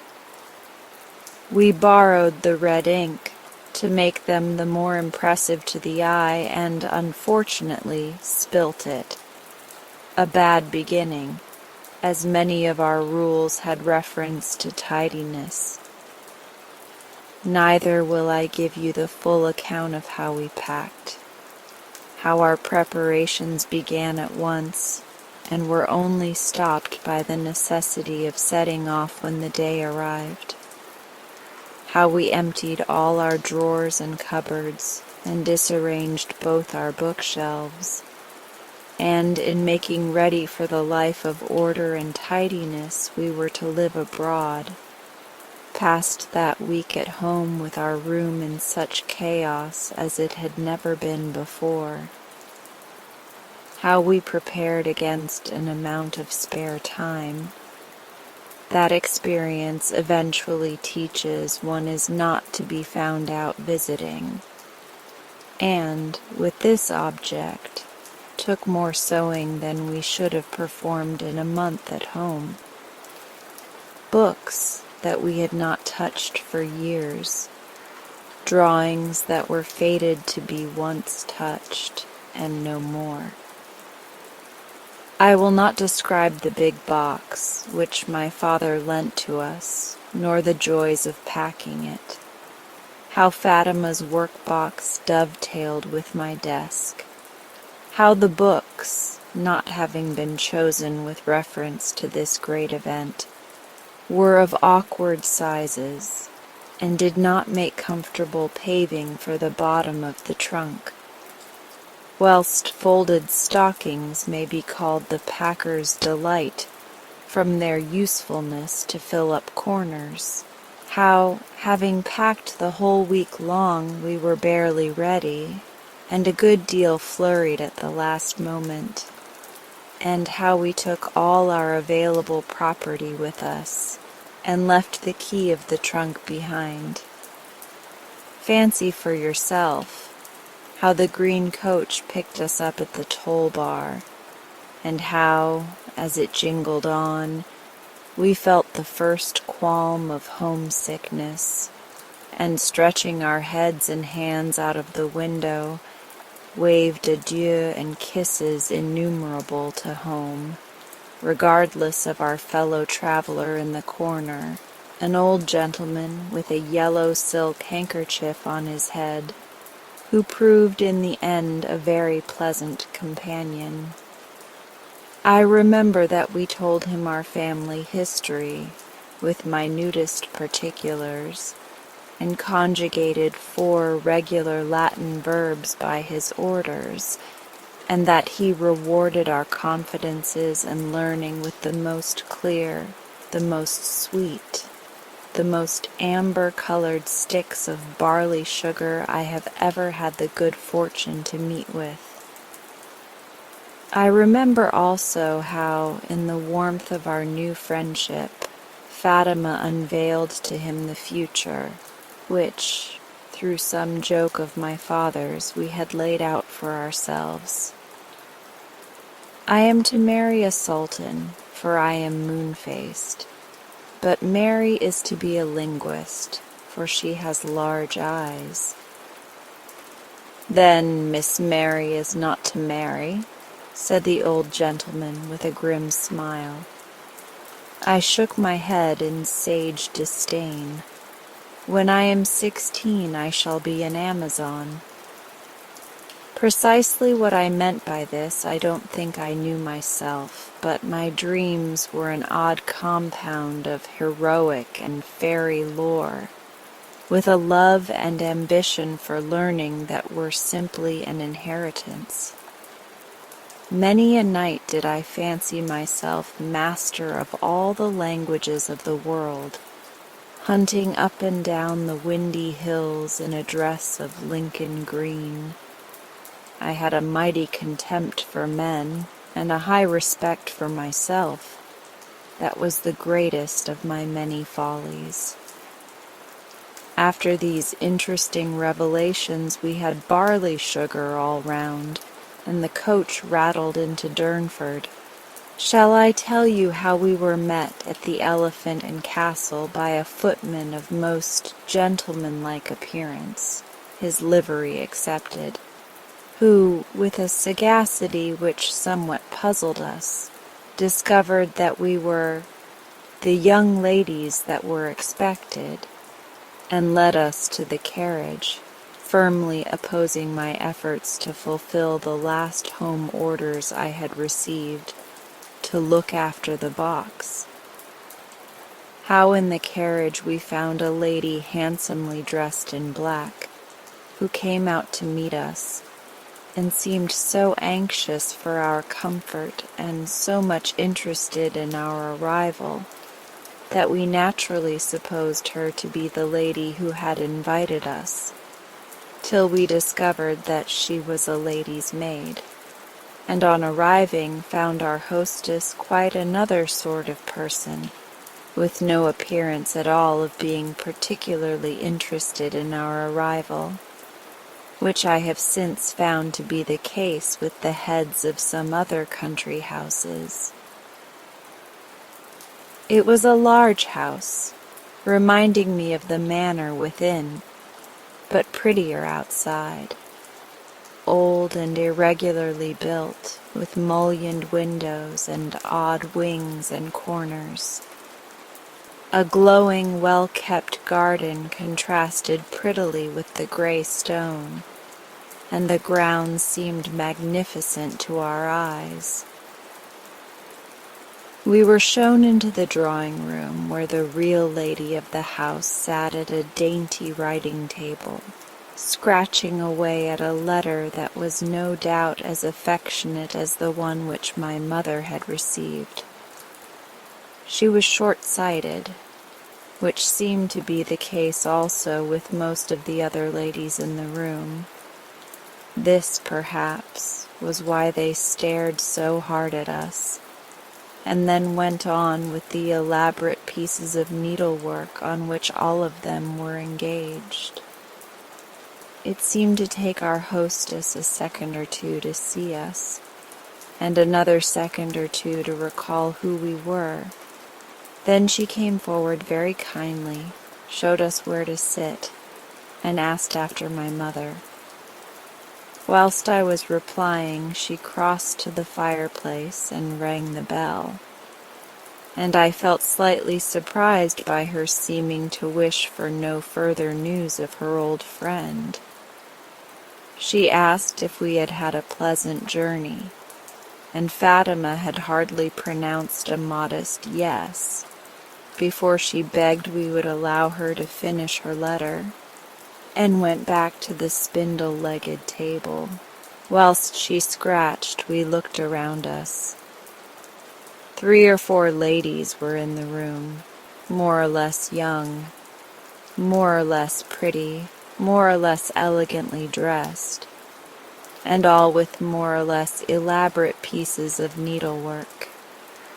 There was one gentleman, young and dark, with large brown eyes, who seemed to be employed in making paper pellets of an old letter, chatting the while in a low voice to a young lady with a good deal of red hair. We afterwards found out that he was an Irishman, familiarly called Pat by some of the young ladies, who seemed to be related to him. We had seen all this when the manservant appeared at the door. "Where is Miss Lucy Thompson?" our hostess asked sharply. "I will inquire, ma'am," Thompson replied with the utmost softness, and vanished. The scratching began again. The Irishman went on gently chatting, and it all felt very like a horrid dream. Then Thompson reappeared. "Miss Lucy is out, ma'am." Did she know what time these young ladies were to arrive? Miss Lucy knew that the carriage had gone to meet them, ma'am. Very thoughtless indeed," said the lady. Thompson paused respectfully, as if to receive the full weight of the remark, and then vanished noiselessly as before. There was an awkward pause. Our hostess left off scratching and looked very cross. The Irishman fired one of his pellets across the room and left off chatting, and the red-haired young lady got up and rustled across to us. I remember her so well, Ida, for we fell deeply in love with her and her kindness. I remember her green and white dress. She had a fair round face, more pleasant than really pretty, a white star-like forehead, almost too firm a mouth, but a very gentle voice, at least, so we thought when she said, "As Lucy is out, may I take these young ladies to their room?" Our hostess hesitated and murmured something about Bedford, who was the lady's maid. The star-like forehead contracted, and the red-haired young lady said, rather emphatically, "As Lucy is not in to receive her friends, I thought I might perhaps supply her place." "Well, my dear Kate, if you will be so kind," said our hostess, "I must finish these letters." "The yellow room?" said the young lady abruptly, and swept us off without further parley. The Irish gentleman opened the door for us, staring with a half-puzzled, half-amused look at the lofty air with which the young lady passed out. He followed us into the hall, where we left him discharging his remaining pellets at the furniture and whistling Kathleen Mavourneen as clearly as a bird. The yellow room was a large, airy one, with white painted wainscoting, a huge four-post bed with yellow curtains, and a pretty view from the windows.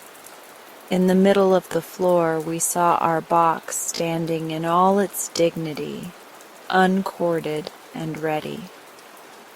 Then it was the terrible fact broke upon our minds that the key was left behind. My sufferings during the few seconds before I found courage to confide this misfortune to our new friend were considerable. When I did tell her, the calmness and good nature with which she received the confession were both surprising and delightful.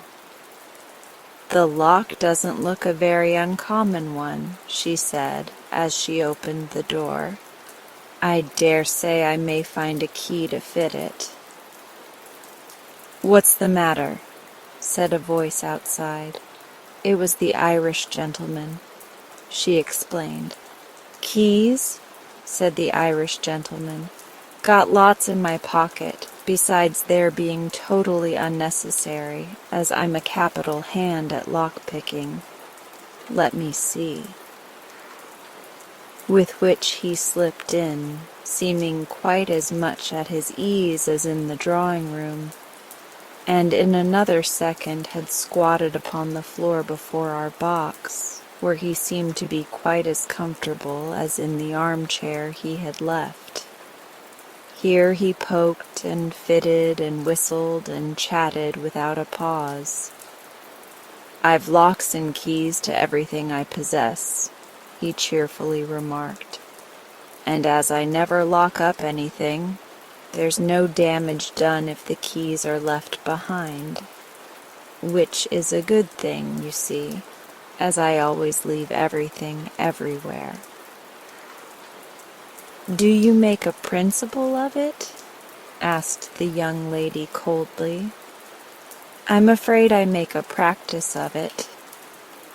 He had opened the box and was leaning against the bedpost with a roguish twinkle in his brown eyes, which faded, however, under the silent severity of the red-haired young lady, and gave place to a look of melancholy that might have melted granite as he added, "I'm all alone, you see, that's what does it. I believe I'm the neatest creature breathing, if I'd only somebody to keep me up to it." Neither his hardened untidiness nor his lonely lot seemed, however, to weigh heavily on his mind, for he withdrew whistling, and his notes were heard about the passages for some little time. When they had died away in a distant part of the house, the red-haired young lady left us also.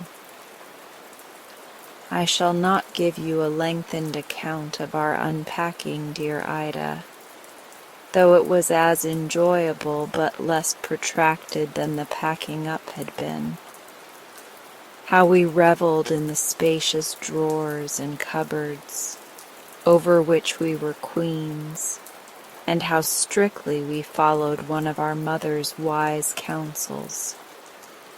Unpack to the bottom of your box at once, however short your visit may be. It saves time in the end. We did unpack to the lowest book, an artificial system of memory which I had long been purposing to study, which I thought to find spare moments to get up here, and which, I may as well confess, I did not look at during the visit, and have not learnt to this day. We divided shelves and pegs with all fairness, and as a final triumph found a use for the elaborate watch pockets that hung above our pillows. They were rich with an unlimited expenditure of quilled ribbon, and must have given a great deal of trouble to someone who had not very many serious occupations in this life.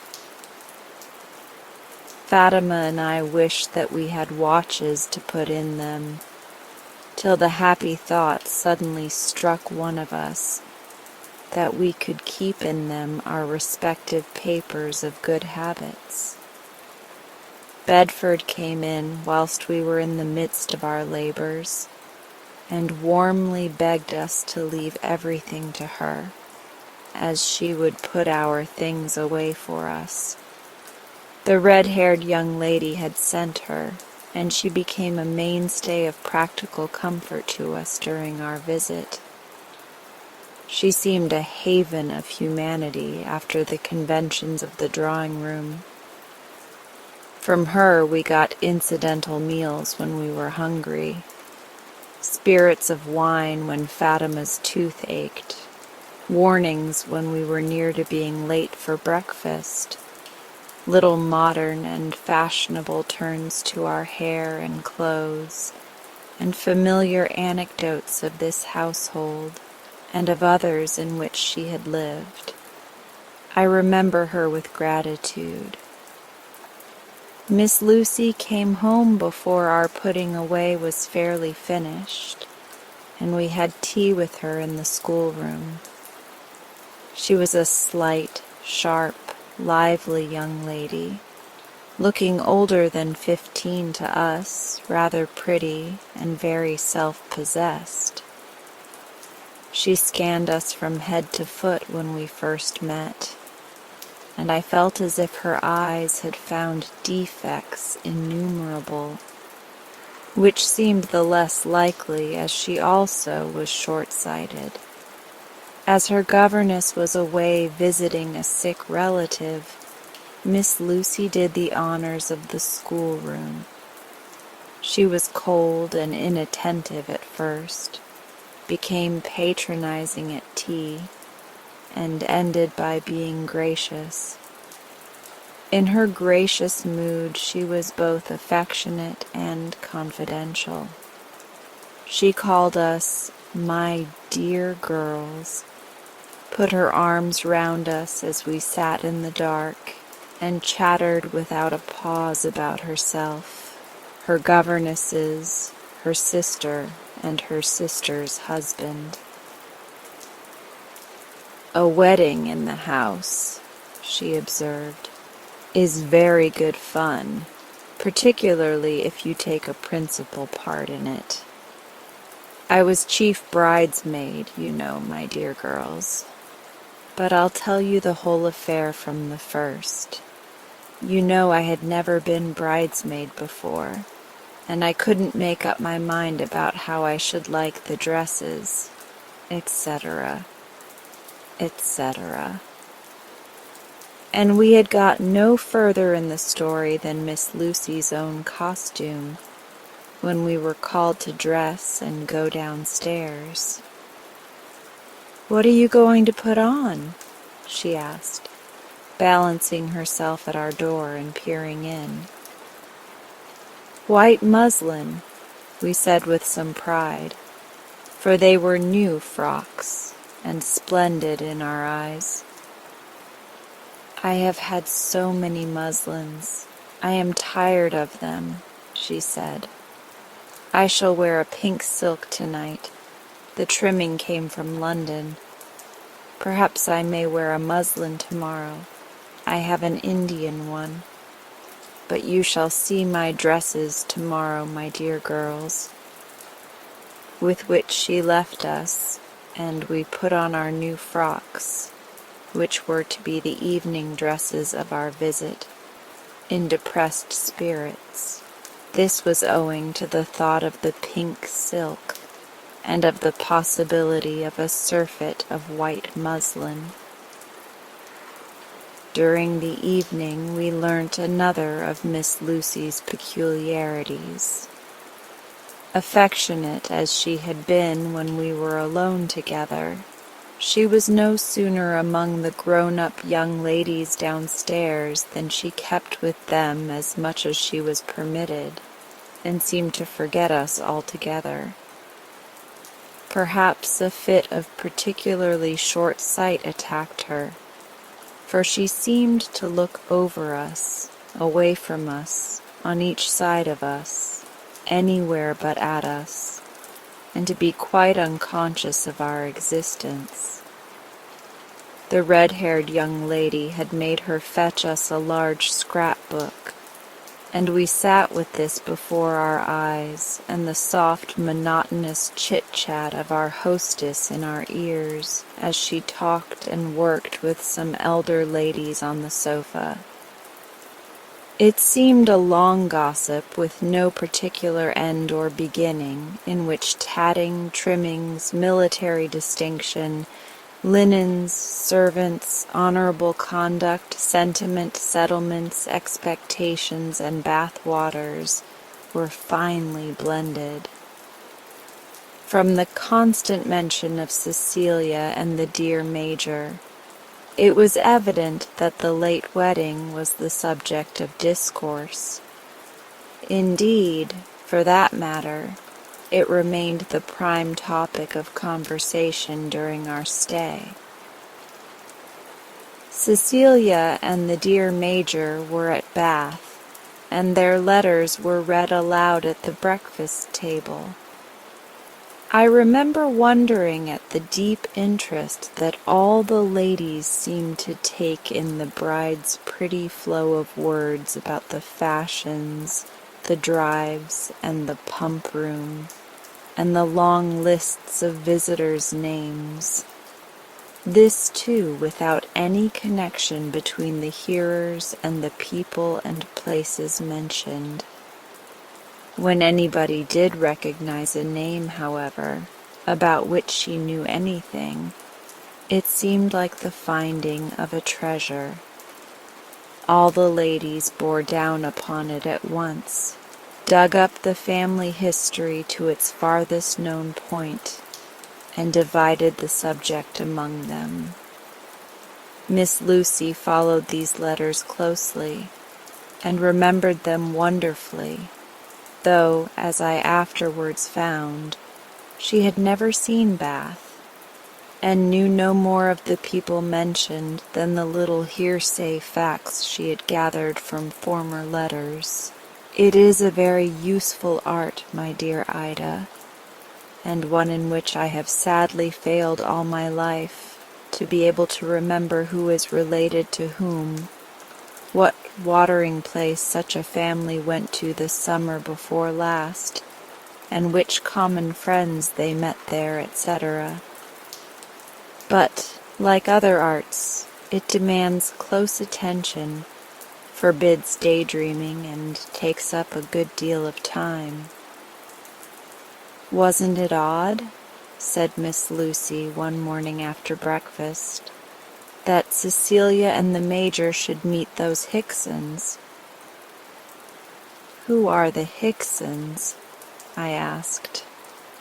"Oh, my dear girl, don't you remember in Cecilia's last letter her telling us about the lady she met in that shop when they were in town, buying a shawl the counterpart of her own?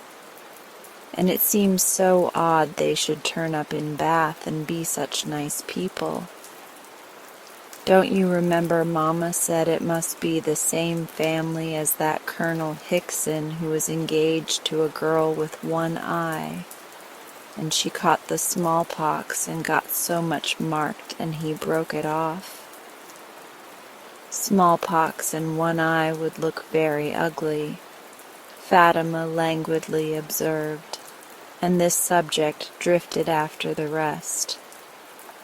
One afternoon, I remember, it chanced that we were left alone with our hostess in the drawing-room.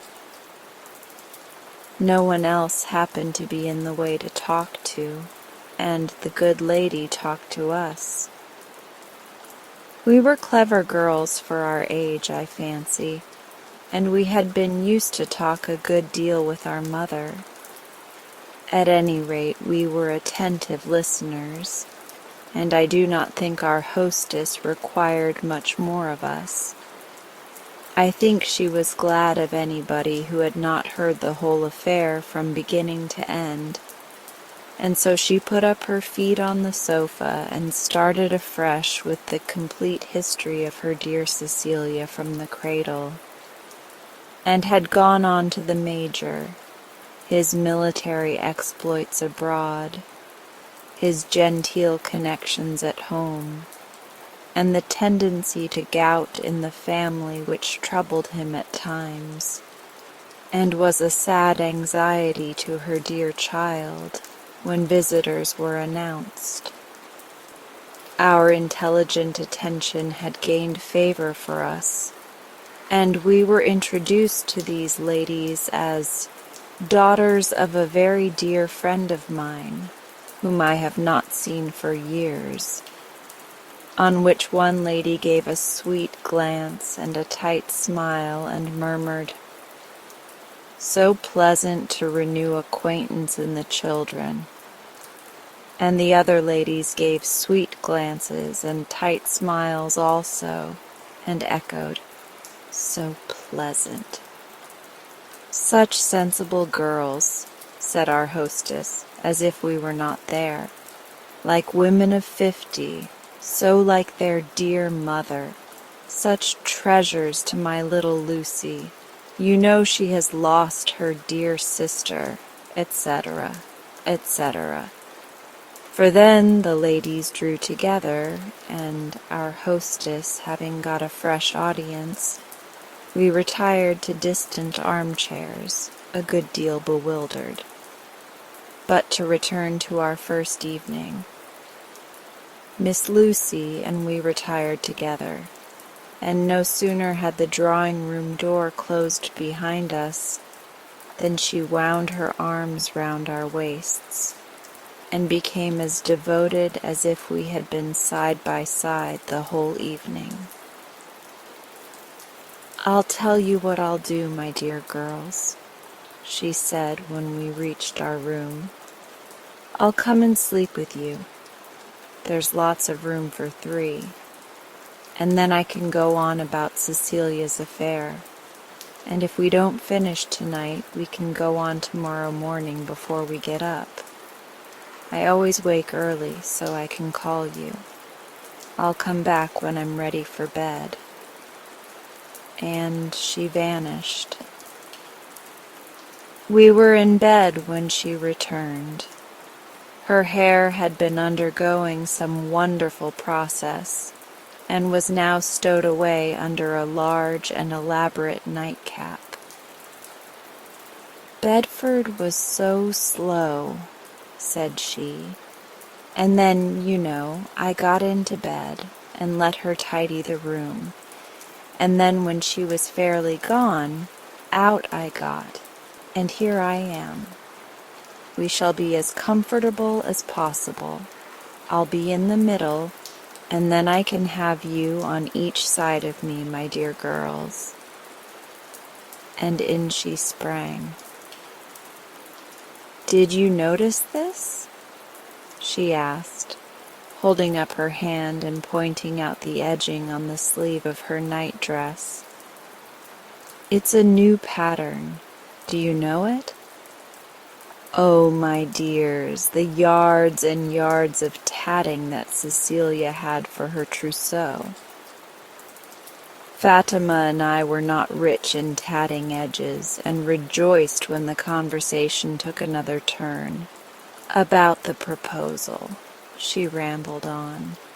"Do you know I don't really know whereabouts Henry, that is the Major, my brother-in-law," she added, with one of the little attacks of dignity to which she was subject, "proposed, or what he said. I asked Cece, but she wouldn't tell me. She was very cross often. I'm very glad she's married. I think sisters ought to marry off as fast as they can. They never get on well in a house together, you know." I fairly gasped at this idea, and Fatima said bluntly, "There are lots of us, and we get on." "Ah," said Miss Lucy in tones of wisdom, "wait till you're a little older and you'll see. Cece was at school with 2 sisters who hated each other like poison, and they were obliged to dress alike. and the younger wore out her things much faster than the other one, but she was obliged to wear them till her sisters were done. She used to wish so her sister would marry, Cece said, and the best fun is, now they're both in love with the same man. He's the curate of the church they go to. Which of them is he in love with? I asked. Oh, neither that I know of, said Miss Lucy composedly. They don't know him, you know, but they sit close under the pulpit, and they have such struggles about which shall get into the corner of the pew that's nearest. Cece and I weren't like that, but still I'm very glad she's married. Now wasn't it stupid of her not to tell me? I should never have told anybody, you know. And don't you wonder what gentlemen do say and how they say it? He couldn't propose sitting, and I think standing would be very awkward. I suppose he knelt. Aunt Maria doesn't approve of gentlemen kneeling. She says it's idolatry. I think they must look very silly. Cece wouldn't even tell me what he said. She said he spoke to Mama, and Mama said his conduct was highly honorable. But I think it was very stupid. Do you know, my dears, I have a cousin who was really married at Gretna Green. She married an officer. He was splendidly handsome, but people said things against him, and her parents objected. So they eloped, and then went to Wales, to such a lovely place. Wasn't it romantic? They quarreled afterwards, though. He lives abroad now. People ought to be careful. I shall be very careful myself. I mean to refuse the first few offers I get. And so Miss Lucy rambled on, perfectly unconscious of the melancholy and yet ludicrous way in which she degraded serious subjects, which she was not old enough to understand, or wise enough to reverence. We were too young then to see it fully, but her frivolity jarred upon us, though she amused us and excited our curiosity. She was not worse than many other girls, with plenty of inquisitiveness and sharp sense, and not too much refinement and feeling, whose accomplishments are learnt from the first masters, and whose principles are left to be picked up from gossip, servants, and second-rate books, digested by ignorant, inquisitive, and undisciplined minds. I won't try to recall any more of it, dear Ida. I remember it was a continuous stream of unedifying gossip, varied by small boastings about her own family. "We've so many connections," was a favorite phrase of Miss Lucy's, and it seemed to mean a great deal. "Do you like making trees?" she asked. I was getting sleepy, and without much thought replied, "I love trees beyond anything, and I like growing oak trees in bottles." Miss Lucy's, "My dear girl, I mean family trees, genealogical trees," was patronizing to scorn. "Ours is in the spring drawer of the big oak cabinet in the drawing-room," she added. "We are descended from King Stephen." I believe I was the first to fall asleep that night. The last words I remember hearing were, "We've so many connections." The next day's post brought news from Bath of more general interest to the household. The plans of Cecilia and the Major were changed. They were coming to her mother's on the following Monday. "My dear girls, I am so glad," said Miss Lucy. "You'll see them, but you will have to move out of your room, I'm sorry to say." And for the next 12 hours, Miss Lucy was more descriptive of her family glories in general, and of the glories of her sister and brother-in-law in particular, than ever. Sunday was a day of mixed experiences to us, some pleasant and some the reverse. Miss Lucy in her best clothes was almost intolerably patronizing, and a general stiffness seemed to pervade everything, the ladies' silk dresses included.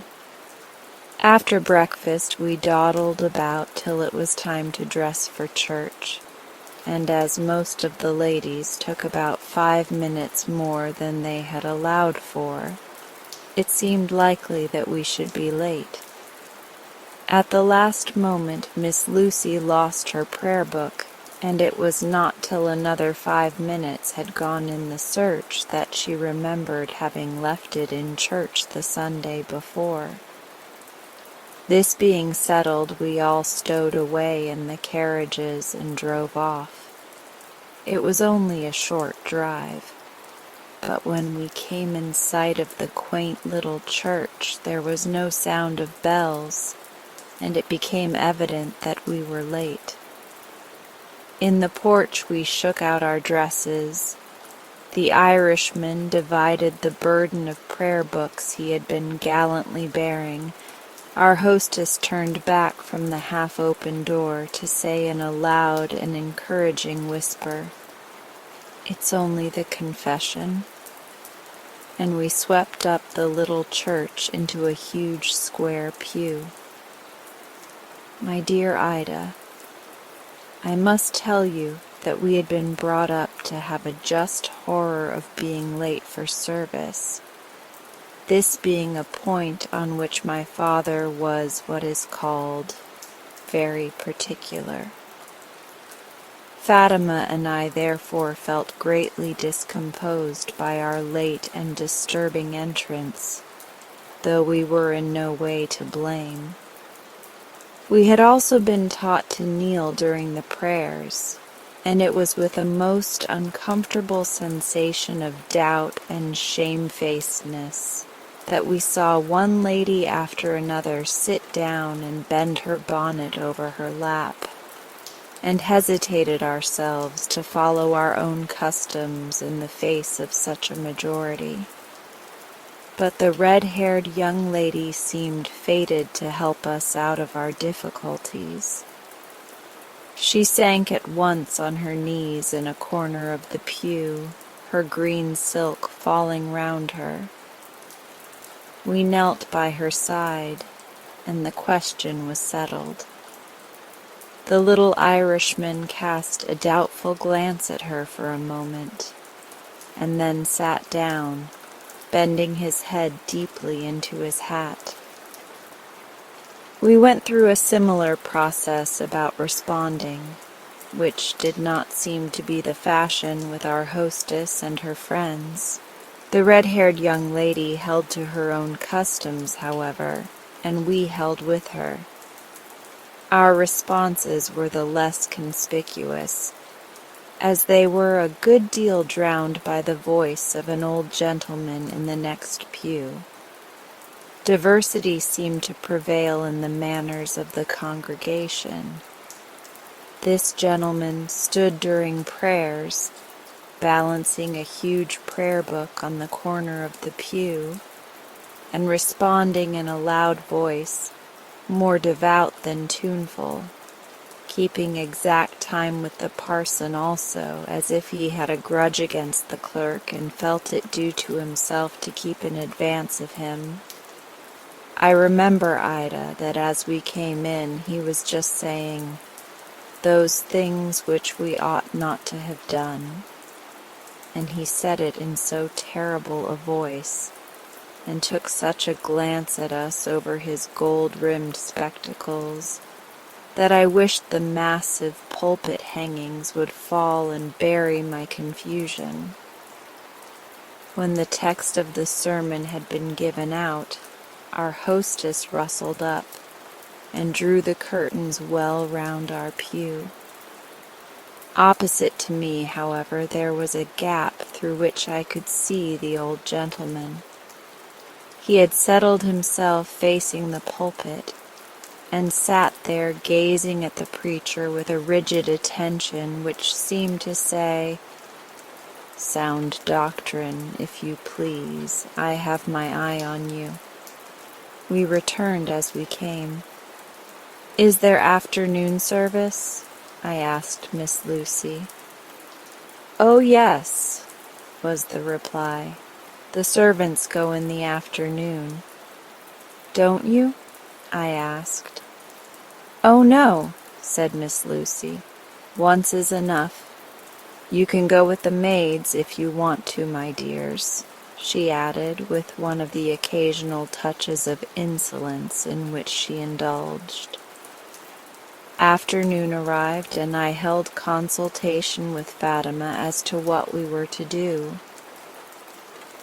When once roused, Fatima was more resolute than I. "Of course we'll go," said she. "What's the use of having written out all our good rules and sticking at this? We always go twice at home. Let's look for Bedford." On which mission I set forth. But when I reached the top of the stairs, I caught sight of the red-haired young lady, in her bonnet and shawl, standing at the open door, a prayer book in her hand. I dashed downstairs and entered the hall just as the Irishman came into it by another door. In his hand was a prayer book also, and he picked up his hat and went smiling towards her. But as he approached the young lady, she looked so much annoyed, not to say cross, that I hesitated to go forwards. "Are you going to church?" said the little Irishman with a pleased look. "I don't know," said the young lady briefly. "Are you?" "I was—" he began, and stopped short, looking puzzled and vexed. "Is no else going?" he asked after a moment's pause. "No one else ever does go," she said impatiently, and moved into the hall. The Irishman colored. "I am in the habit of going twice myself, though you may not think it," he said quietly. "My poor mother always did. But I do not pretend to go to such good purpose as she did, or as you would. So if it is to lie between us—" And without finishing his sentence, he threw his book, not too gently, onto the table, and just lifting his hat as he passed her, dashed out into the garden. I did not at all understand this little scene, but as soon as he was gone, I ran up to ask our friend if she were going to church, and would take us. She consented, and I went back in triumph to Fatima.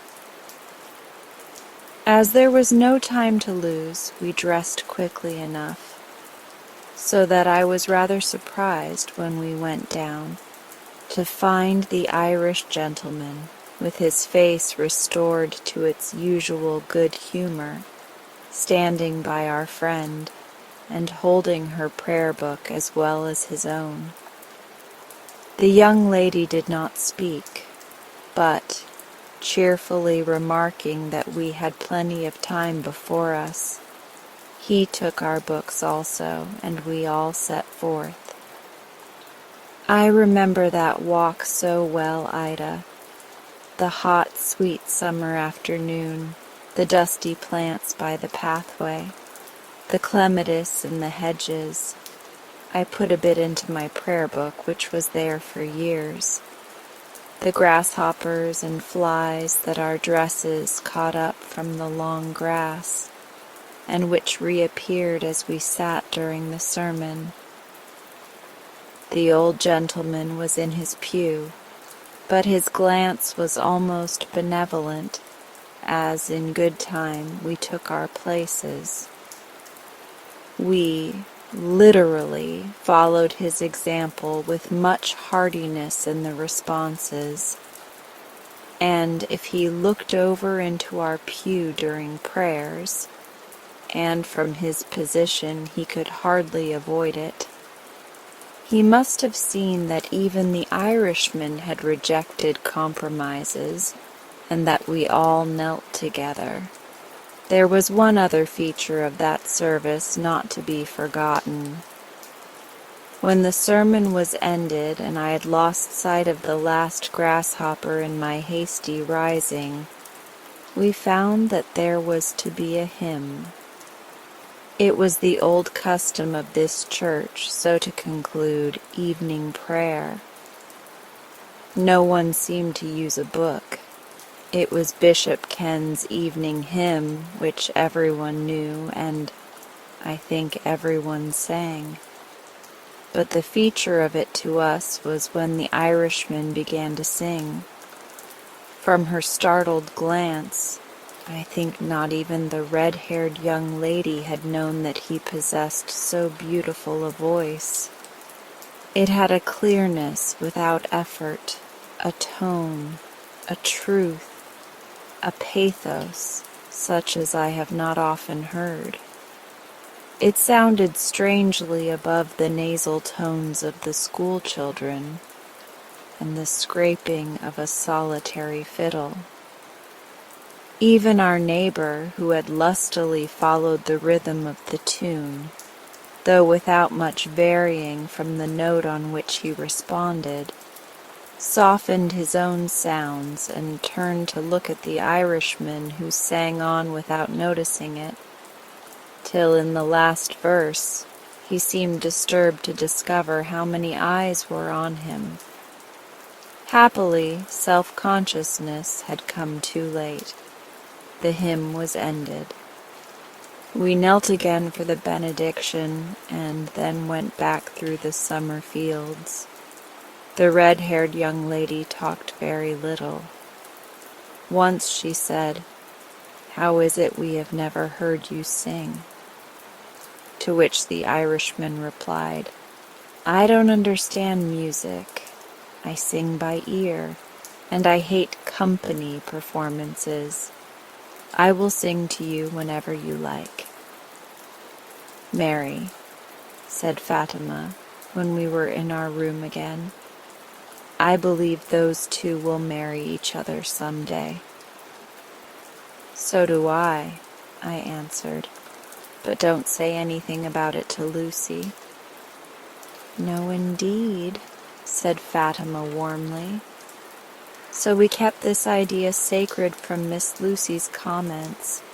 Why, I do not think either of us could have told in words. Pity that pleasant impressions, pity that most impressions pass away so soon. The evening was not altogether so satisfactory as the afternoon had been. First, Miss Lucy took us to see her sister's wedding presents, most of which were still here in her mother's keeping. They were splendid, and Miss Lucy was eloquent.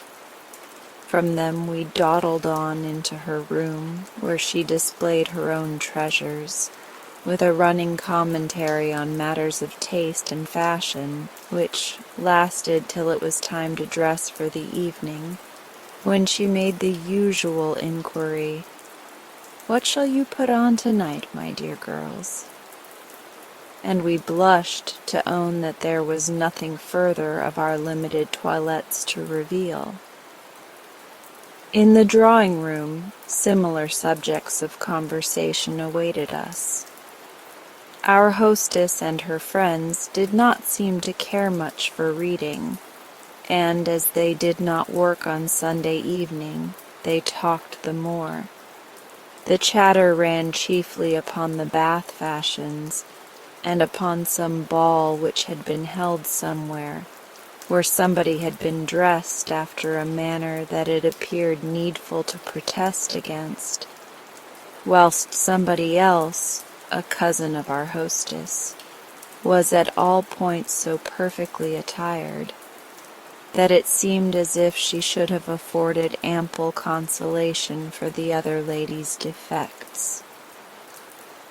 Upon the beauty of this cousin, her father's wealth, and her superabundant opportunities of matrimony, Miss Lucy enlarged to us as we sat in a corner.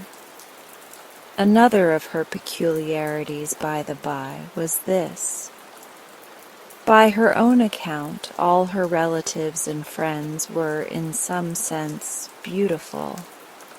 The men were generally splendidly handsome, the ladies the loveliest creatures. If not lovely, they were stylish. If nothing else, they were charming. For those who were beyond the magic circle, this process was reversed. If pretty, they wanted style. If the dress was beyond criticism, the nose, the complexion, the hand was at fault. I have met with this trait in other cliques since then.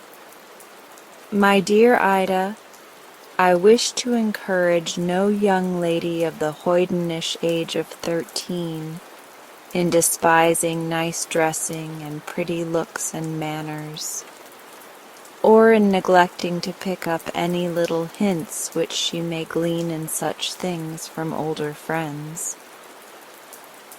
But there are people to whom these questions seem of such first importance that to be with them when you are young and impressionable is to feel every defect in your own personal appearance to be a crime, and to believe that there is neither worth, nor love, nor happiness, no life, in fact, worth living for, connected with much less than 10,000 a year, and connections. Through some such ordeal we passed that evening, in seeing and hearing of all the expensive luxuries, without which it seemed impossible to feed, dress, sleep, go out, in fact exist, and all the equally expensive items of adornment, without which it appeared to be impossible to have, or at any rate retain, the respect and affection of your friends. Meanwhile the evening slipped by, and our Sunday reading had not been accomplished. We had found little good habits less easy to maintain in a strange household than we had thought, and this one seemed likely to follow some others that had been allowed to slip. The red-haired young lady had been absent for about half an hour, and the Irishman had been prowling restlessly round the room, performing murderous-looking fidgets with the paper knives, when she returned with a book in her hand, which she settled herself resolutely to read. The Irishman gave a comical glance at the serious-looking volume, and then, seating himself on a chair just behind her, found apparent peace in the effort to sharpen a flat ruler on his knees. The young lady read on. It was evident that her Sunday customs were not apt to be disturbed by circumstances. I began to feel uncomfortable. Fatima was crouched down near Lucy, listening to the history of a piece of lace. I waited some little time to catch her eye, and then beckoned her to me. "We haven't read," I whispered. "Dare you go?" asked Fatima. "We ought," I said. It required more daring than may appear. To such little people as ourselves, it was rather an undertaking to cross the big drawing room, stealing together over the soft carpet, to attack the large, smooth handle, open the heavy door, and leave the room in the face of the company. We did it, however, our confusion being much increased by the Irish gentleman who jumped up to open the door for us. We were utterly unable to thank him, and, stumbling over each other in the passage, flew up to our own room like caged birds set free. Fatima drew out the pillows from the bed and made herself easy on the floor. I found the book and climbed into the window seat. The sun was setting. The light would not last much longer. Yet I turned over the pages slowly to find the place which was in the second part, thinking of the conversation downstairs. Fatima heaved a deep sigh among her cushions and said, "I wish we were rich." "I wish we were at home," I answered. "When one's at home," Fatima continued in doleful tones, "one doesn't feel it because one sees nobody. But when one goes among other people, it is wretched not to have plenty of money and things. And it's no good saying it isn't," she added hurriedly, as if to close the subject. "It's getting dark," I said. "I beg your pardon, go on," sighed Fatima. I lifted up my voice and read till I could see no longer. It was about the valley of humiliation through which Mr. Greatheart led Christiana and her children. The green valley beautified with lilies, in whose meadows the air was pleasant, where a man shall be free from the noise and from the hurryings of this life, and where in former times men have met with angels. The last streaks of crimson were fading in the sky when I read the concluding lines of the shepherd boy's song. Fullness to such a burden is, that go on pilgrimage, here little and hereafter bliss is best from age to age. Here little and hereafter bliss. It is not always easy to realize what one believes. One needs sometimes to get away from the world around, from the noise and from the hurryings of this life, and to hear, read, see, or do something to remind one that there is a standard which is not of drawing rooms, that petty troubles are the pilgrimage of the soul, that great and happy lives have been lived here by those who have had but little, and that satisfying bliss is not here, but hereafter. We went downstairs slowly, hand in hand. "I wonder what Mother is doing," said Fatima. The next day, Miss Lucy very good-naturedly helped us to move our belongings into the smaller room we were now to occupy. It was in another part of the house, and we rather enjoyed the running to and fro, especially as Miss Lucy was gracious and communicative in the extreme. "This is the oldest part of the house," she said as we sat on the bed resting from our labors, for the day was sultry, "and it breaks off here in an odd way. There are no rooms beyond this.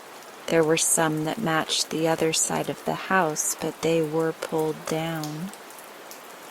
"Why?" we asked. "Well, there's a story about it in the family," said Miss Lucy mysteriously. "But it's a ghost story. I'll tell you if you like. But some people are afraid of ghost stories. I'm not. But if you are, I won't tell it." Of course we declared we were not afraid. Sitting there together on a sunny summer's afternoon, perhaps we were not. "It's years and years ago," began Miss Lucy. "You know the place has belonged to another branch of our family for generations. Well, at last it came down to an old Mr. Bartlett, who had one daughter, who, of course, was to be the heiress. Well, she fell in love with a man whose name I forget, but he was of inferior family and very queer character, and her father would not hear of it, and swore that if she married him, he would disinherit her. She would have married the man in spite of this, though, but what he wanted was her money. So, when he found that the old man was quite resolute, and that there was no chance of his dying soon, he murdered him." We both exclaimed, for this sudden catastrophe fairly took away our breath. Miss Lucy's nerves were not sensitive, however, and she rattled on. "He smothered him in bed, and as he was a very old man, and might easily have died in the night some other way, and as nothing could be proved, he got off. Well, he married the daughter and got the property, but the very first evening after he took possession, as he was passing the door of the old man's room, he heard somebody breathing heavily inside, and when he looked in, there was the old father asleep in his bed." "Not really?" we said. "Of course not really," said Miss Lucy, "but so it was said. That's the ghost part of it.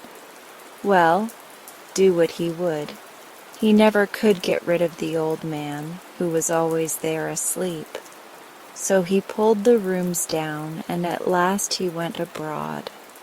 And there both he and his wife died, and the property went to a cousin who took the name of Bartlett." "How awful," we murmured.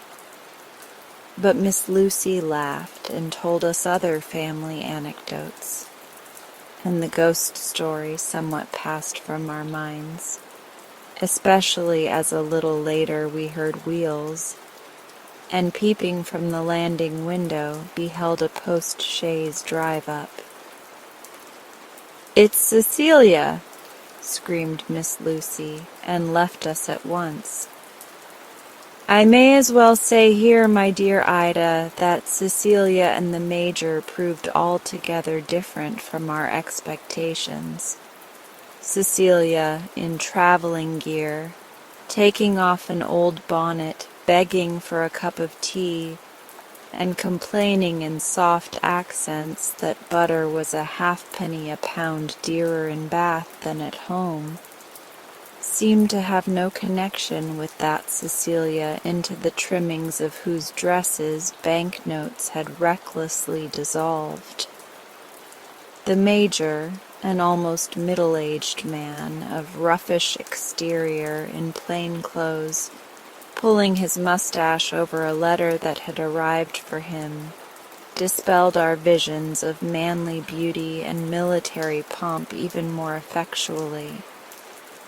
Later on, we discovered that Cecilia was really pretty, soft, and gentle, a good deal lectured by her mother, and herself more critical of Miss Lucy's dress and appearance than that young lady had been of ours.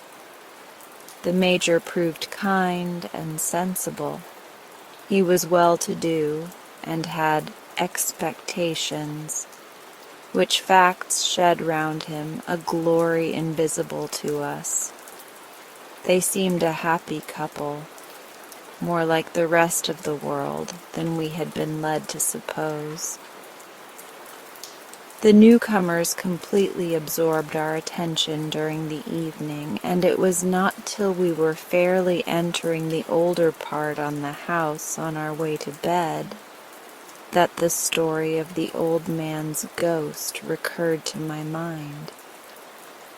It was a relief to meet Bedford at this point, to hear her cheerful good night, and to see her turn into a room only 2 doors from ours. Once, while we were undressing, I said, "What a horrid story that was that Lucy told us," to which sensible Fatima made answer, "Don't talk about it." We dismissed the subject by consent, got into bed, and I fell asleep. I do not quite know how far on it was into the night when I was roused by Fatima's voice repeating my name over and over again in tones of subdued terror.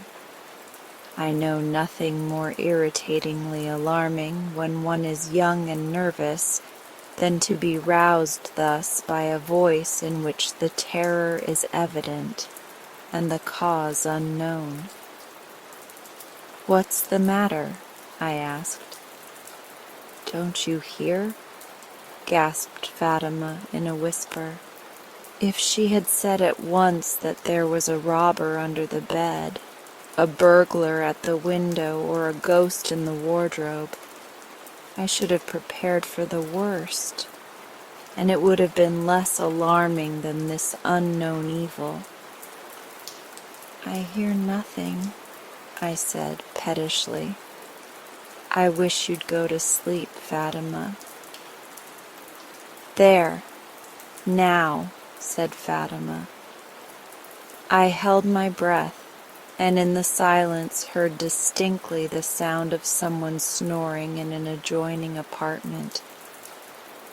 "It's only someone snoring," I said. "Where?" asked Fatima, with all the tragedy in her voice unabated. "In the room behind us, of course," I said impatiently. "Can't you hear?" Fatima's voice might have been the voice of a shadow as she answered, "There is no room there." And then a cold chill crept over me also, for I remembered that the wall from behind which the snoring unmistakably proceeded was an outer wall. There had been the room of old Mr. Bartlett, which his son-in-law and murderer had pulled down. There he had been heard breathing heavily, and had been seen asleep upon his bed, long after he was smothered in his own pillows, and his body shut up in the family vault. At least, so it was said, and at that particular moment we felt no comfort from the fact that Miss Lucy had said that, of course, it wasn't true. I said something, to which Fatima made no reply, and I could feel her trembling and hear a half-choked sob. I think fear for her overpowered my other alarm and gave me a sort of strength. "Don't, dear," I begged. "Let's be brave. It must be something else. And there's nothing in the room. Let's go to Bedford. She's next door but one." Fatima could speak no more. By the moonlight through the blind, I jumped up, and half dragged, half helped her out of bed and across the room. Opening the door was the worst. To touch anything at such a moment is a trial. We groped down the passage. I felt the handle of the first door, and turned that of the second, and in we went. The window blind of this room was drawn up, and the moonlight streamed over everything. A nest of white drapery covered one chair. A muslin dress lay like a sick ghost over a second. Some little black satin shoes and web-like stockings were on the floor. A gold watch and one or two feminine ornaments lay on the table. And in the bed reposed, not Bedford, but our friend Kate, fast asleep, with one arm over the bedclothes, and her long red hair in a pigtail streaming over the pillow. I climbed up and treated her as Fatima had treated me, calling her in low, frightened tones over and over again. She woke at last and sat up. "You sprites! What is the matter?" she exclaimed. I stumbled through an account of our misfortunes, in the middle of which the young lady lay down, and before it was ended I believe she was asleep again. Poor Fatima, who saw nothing before us but to return to our room with all its terrors, here began to sob violently, which roused our friend once more, and she became full of pity. "You poor children," she said. "I'm so sleepy. I cannot get up and go after the ghost now. Besides, one might meet somebody. But you may get into bed if you like. There's plenty of room and nothing to frighten you." In we both crept, most willingly. She gave us the long tail of her hair and said, "If you want me, pull, but go to sleep if you can." And before she had well finished the sentence, her eyes closed once more. In such good company, a snoring ghost seemed a thing hardly to be realized. We held the long plait between us, and clinging to it as drowning men to a rope, we soon slept also. When we returned to our room next day, there was no snoring to be heard, and in the full sunshine of a summer morning our fright seemed so completely a thing of the past that I persuaded myself to suggest that it might have been fancy. Kate had already expressed her deliberate opinion to this effect, to which Fatima, whose convictions were of a more resolute type than mine, replied, "What's the use of trying to believe what's not true? I heard it, and shall know that I heard it, if I live till I'm 100. In all correct ghost stories, when the hero comes down in the morning, valiant but exhausted from the terrors of the night, to breakfast, his host invariably asks him how he slept. When we came down, we found Kate and the Irishman alone together in the breakfast room. Now it certainly was in keeping with our adventure when he stepped forward, and, bowing profoundly, asked how we had passed the night. But in spite of the gravity of his face, there was a twinkle in the big brown eyes which showed us that we were being made fun of. And I felt slightly indignant with our friend, who had faithfully promised not to betray us to Miss Lucy, and might, I thought, have saved us from the ridicule of the Irishman. The rest of the company began to assemble, however, and to our relief the subject was dropped. But though the Irishman kept our secret, we had every reason to suspect that he did not forget it. He looked terribly roguish through breakfast, and was only kept in order by Kate's severe glances. "Always breathe through the nose," he suddenly began.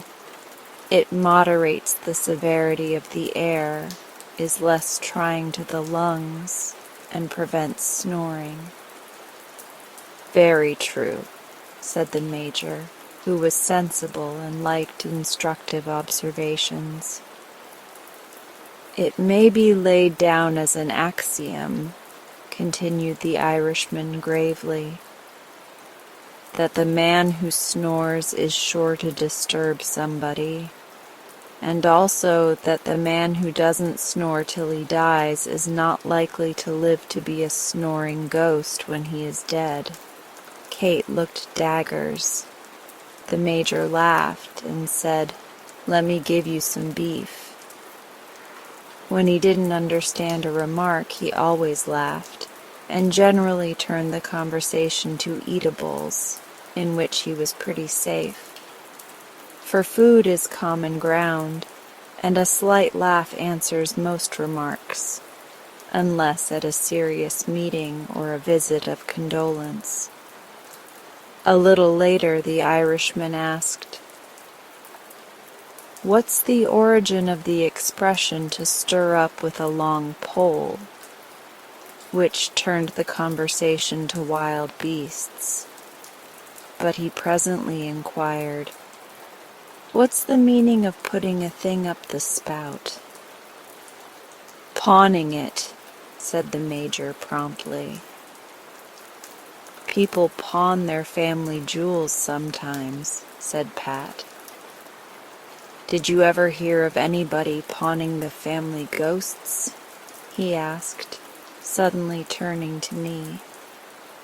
I gave a distressed "No," and he continued in a whisper, "You never saw a ghost up the spout?"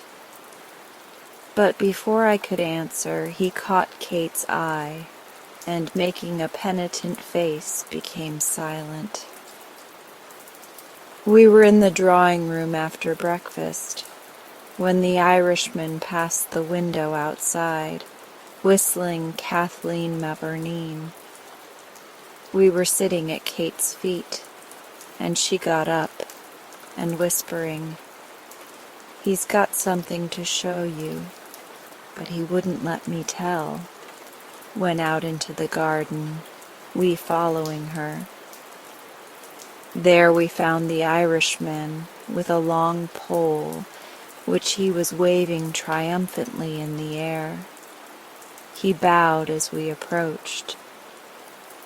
"This, young ladies," he said, "is the original long pole spoken of at the breakfast table.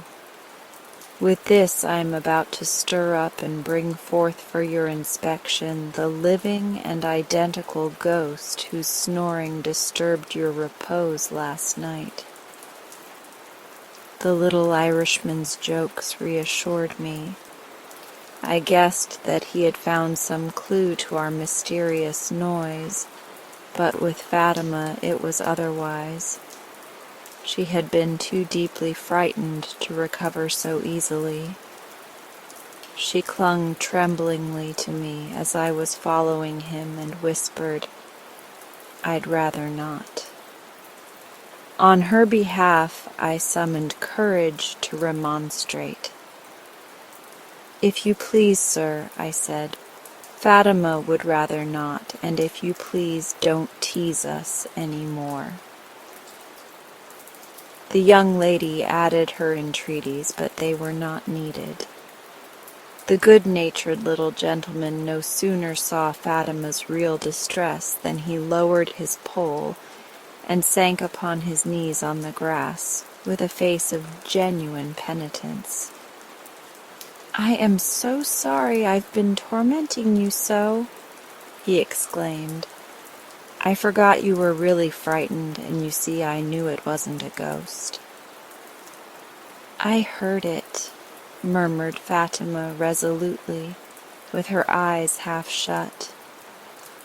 "So did I," said the Irishman gaily. "I've heard it dozens of times. It's the owls." We both exclaimed. "Ah," he said comically, "I see you don't believe me. That's what comes of telling so many small fibs. But it's true, I assure you. And the brown eyes did look particularly truthful. Barn door owls do make a noise that is very like the snoring of an old man. And there are some young ones who live in the spout at the corner of the wall of your room. They're snoring and scrambling in and out of that spout all night. It was quite true, Ida, as we found when Fatima was at last persuaded to visit the corner where the rooms had been pulled down, and where, decorated with ivy, the old spout formed a home for the snoring owls. By the aid of the long pole he brought out a young one to our view, a shy, soft, lovely, shadow-tinted creature, ghostly enough to behold, who felt like an impalpable mass of fluff, utterly refused to be kissed, and went savagely blinking back into his spout at the earliest possible opportunity. His snoring alarmed us no more. "And the noise really was that?" said Ida. "It really was, my dear." "It's a splendid story," said Ida. "Go to sleep this time. And what became of everybody, please? Did the red-haired young lady marry the Irishman?" "Very soon afterwards, my dear," said Mrs. Over-the-Way. "We kept up our friendship, too, in after life, and I have many times amused their children with the story of the snoring ghost."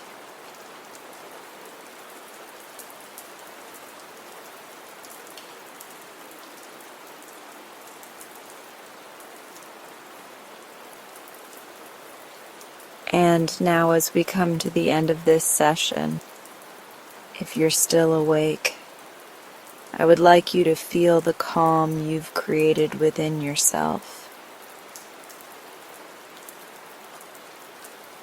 You've given your mind and body such a beautiful gift, a moment to simply be. Let that sense of peace stay with you as you move through the rest of your night. If you'd like, you can stay here a little longer.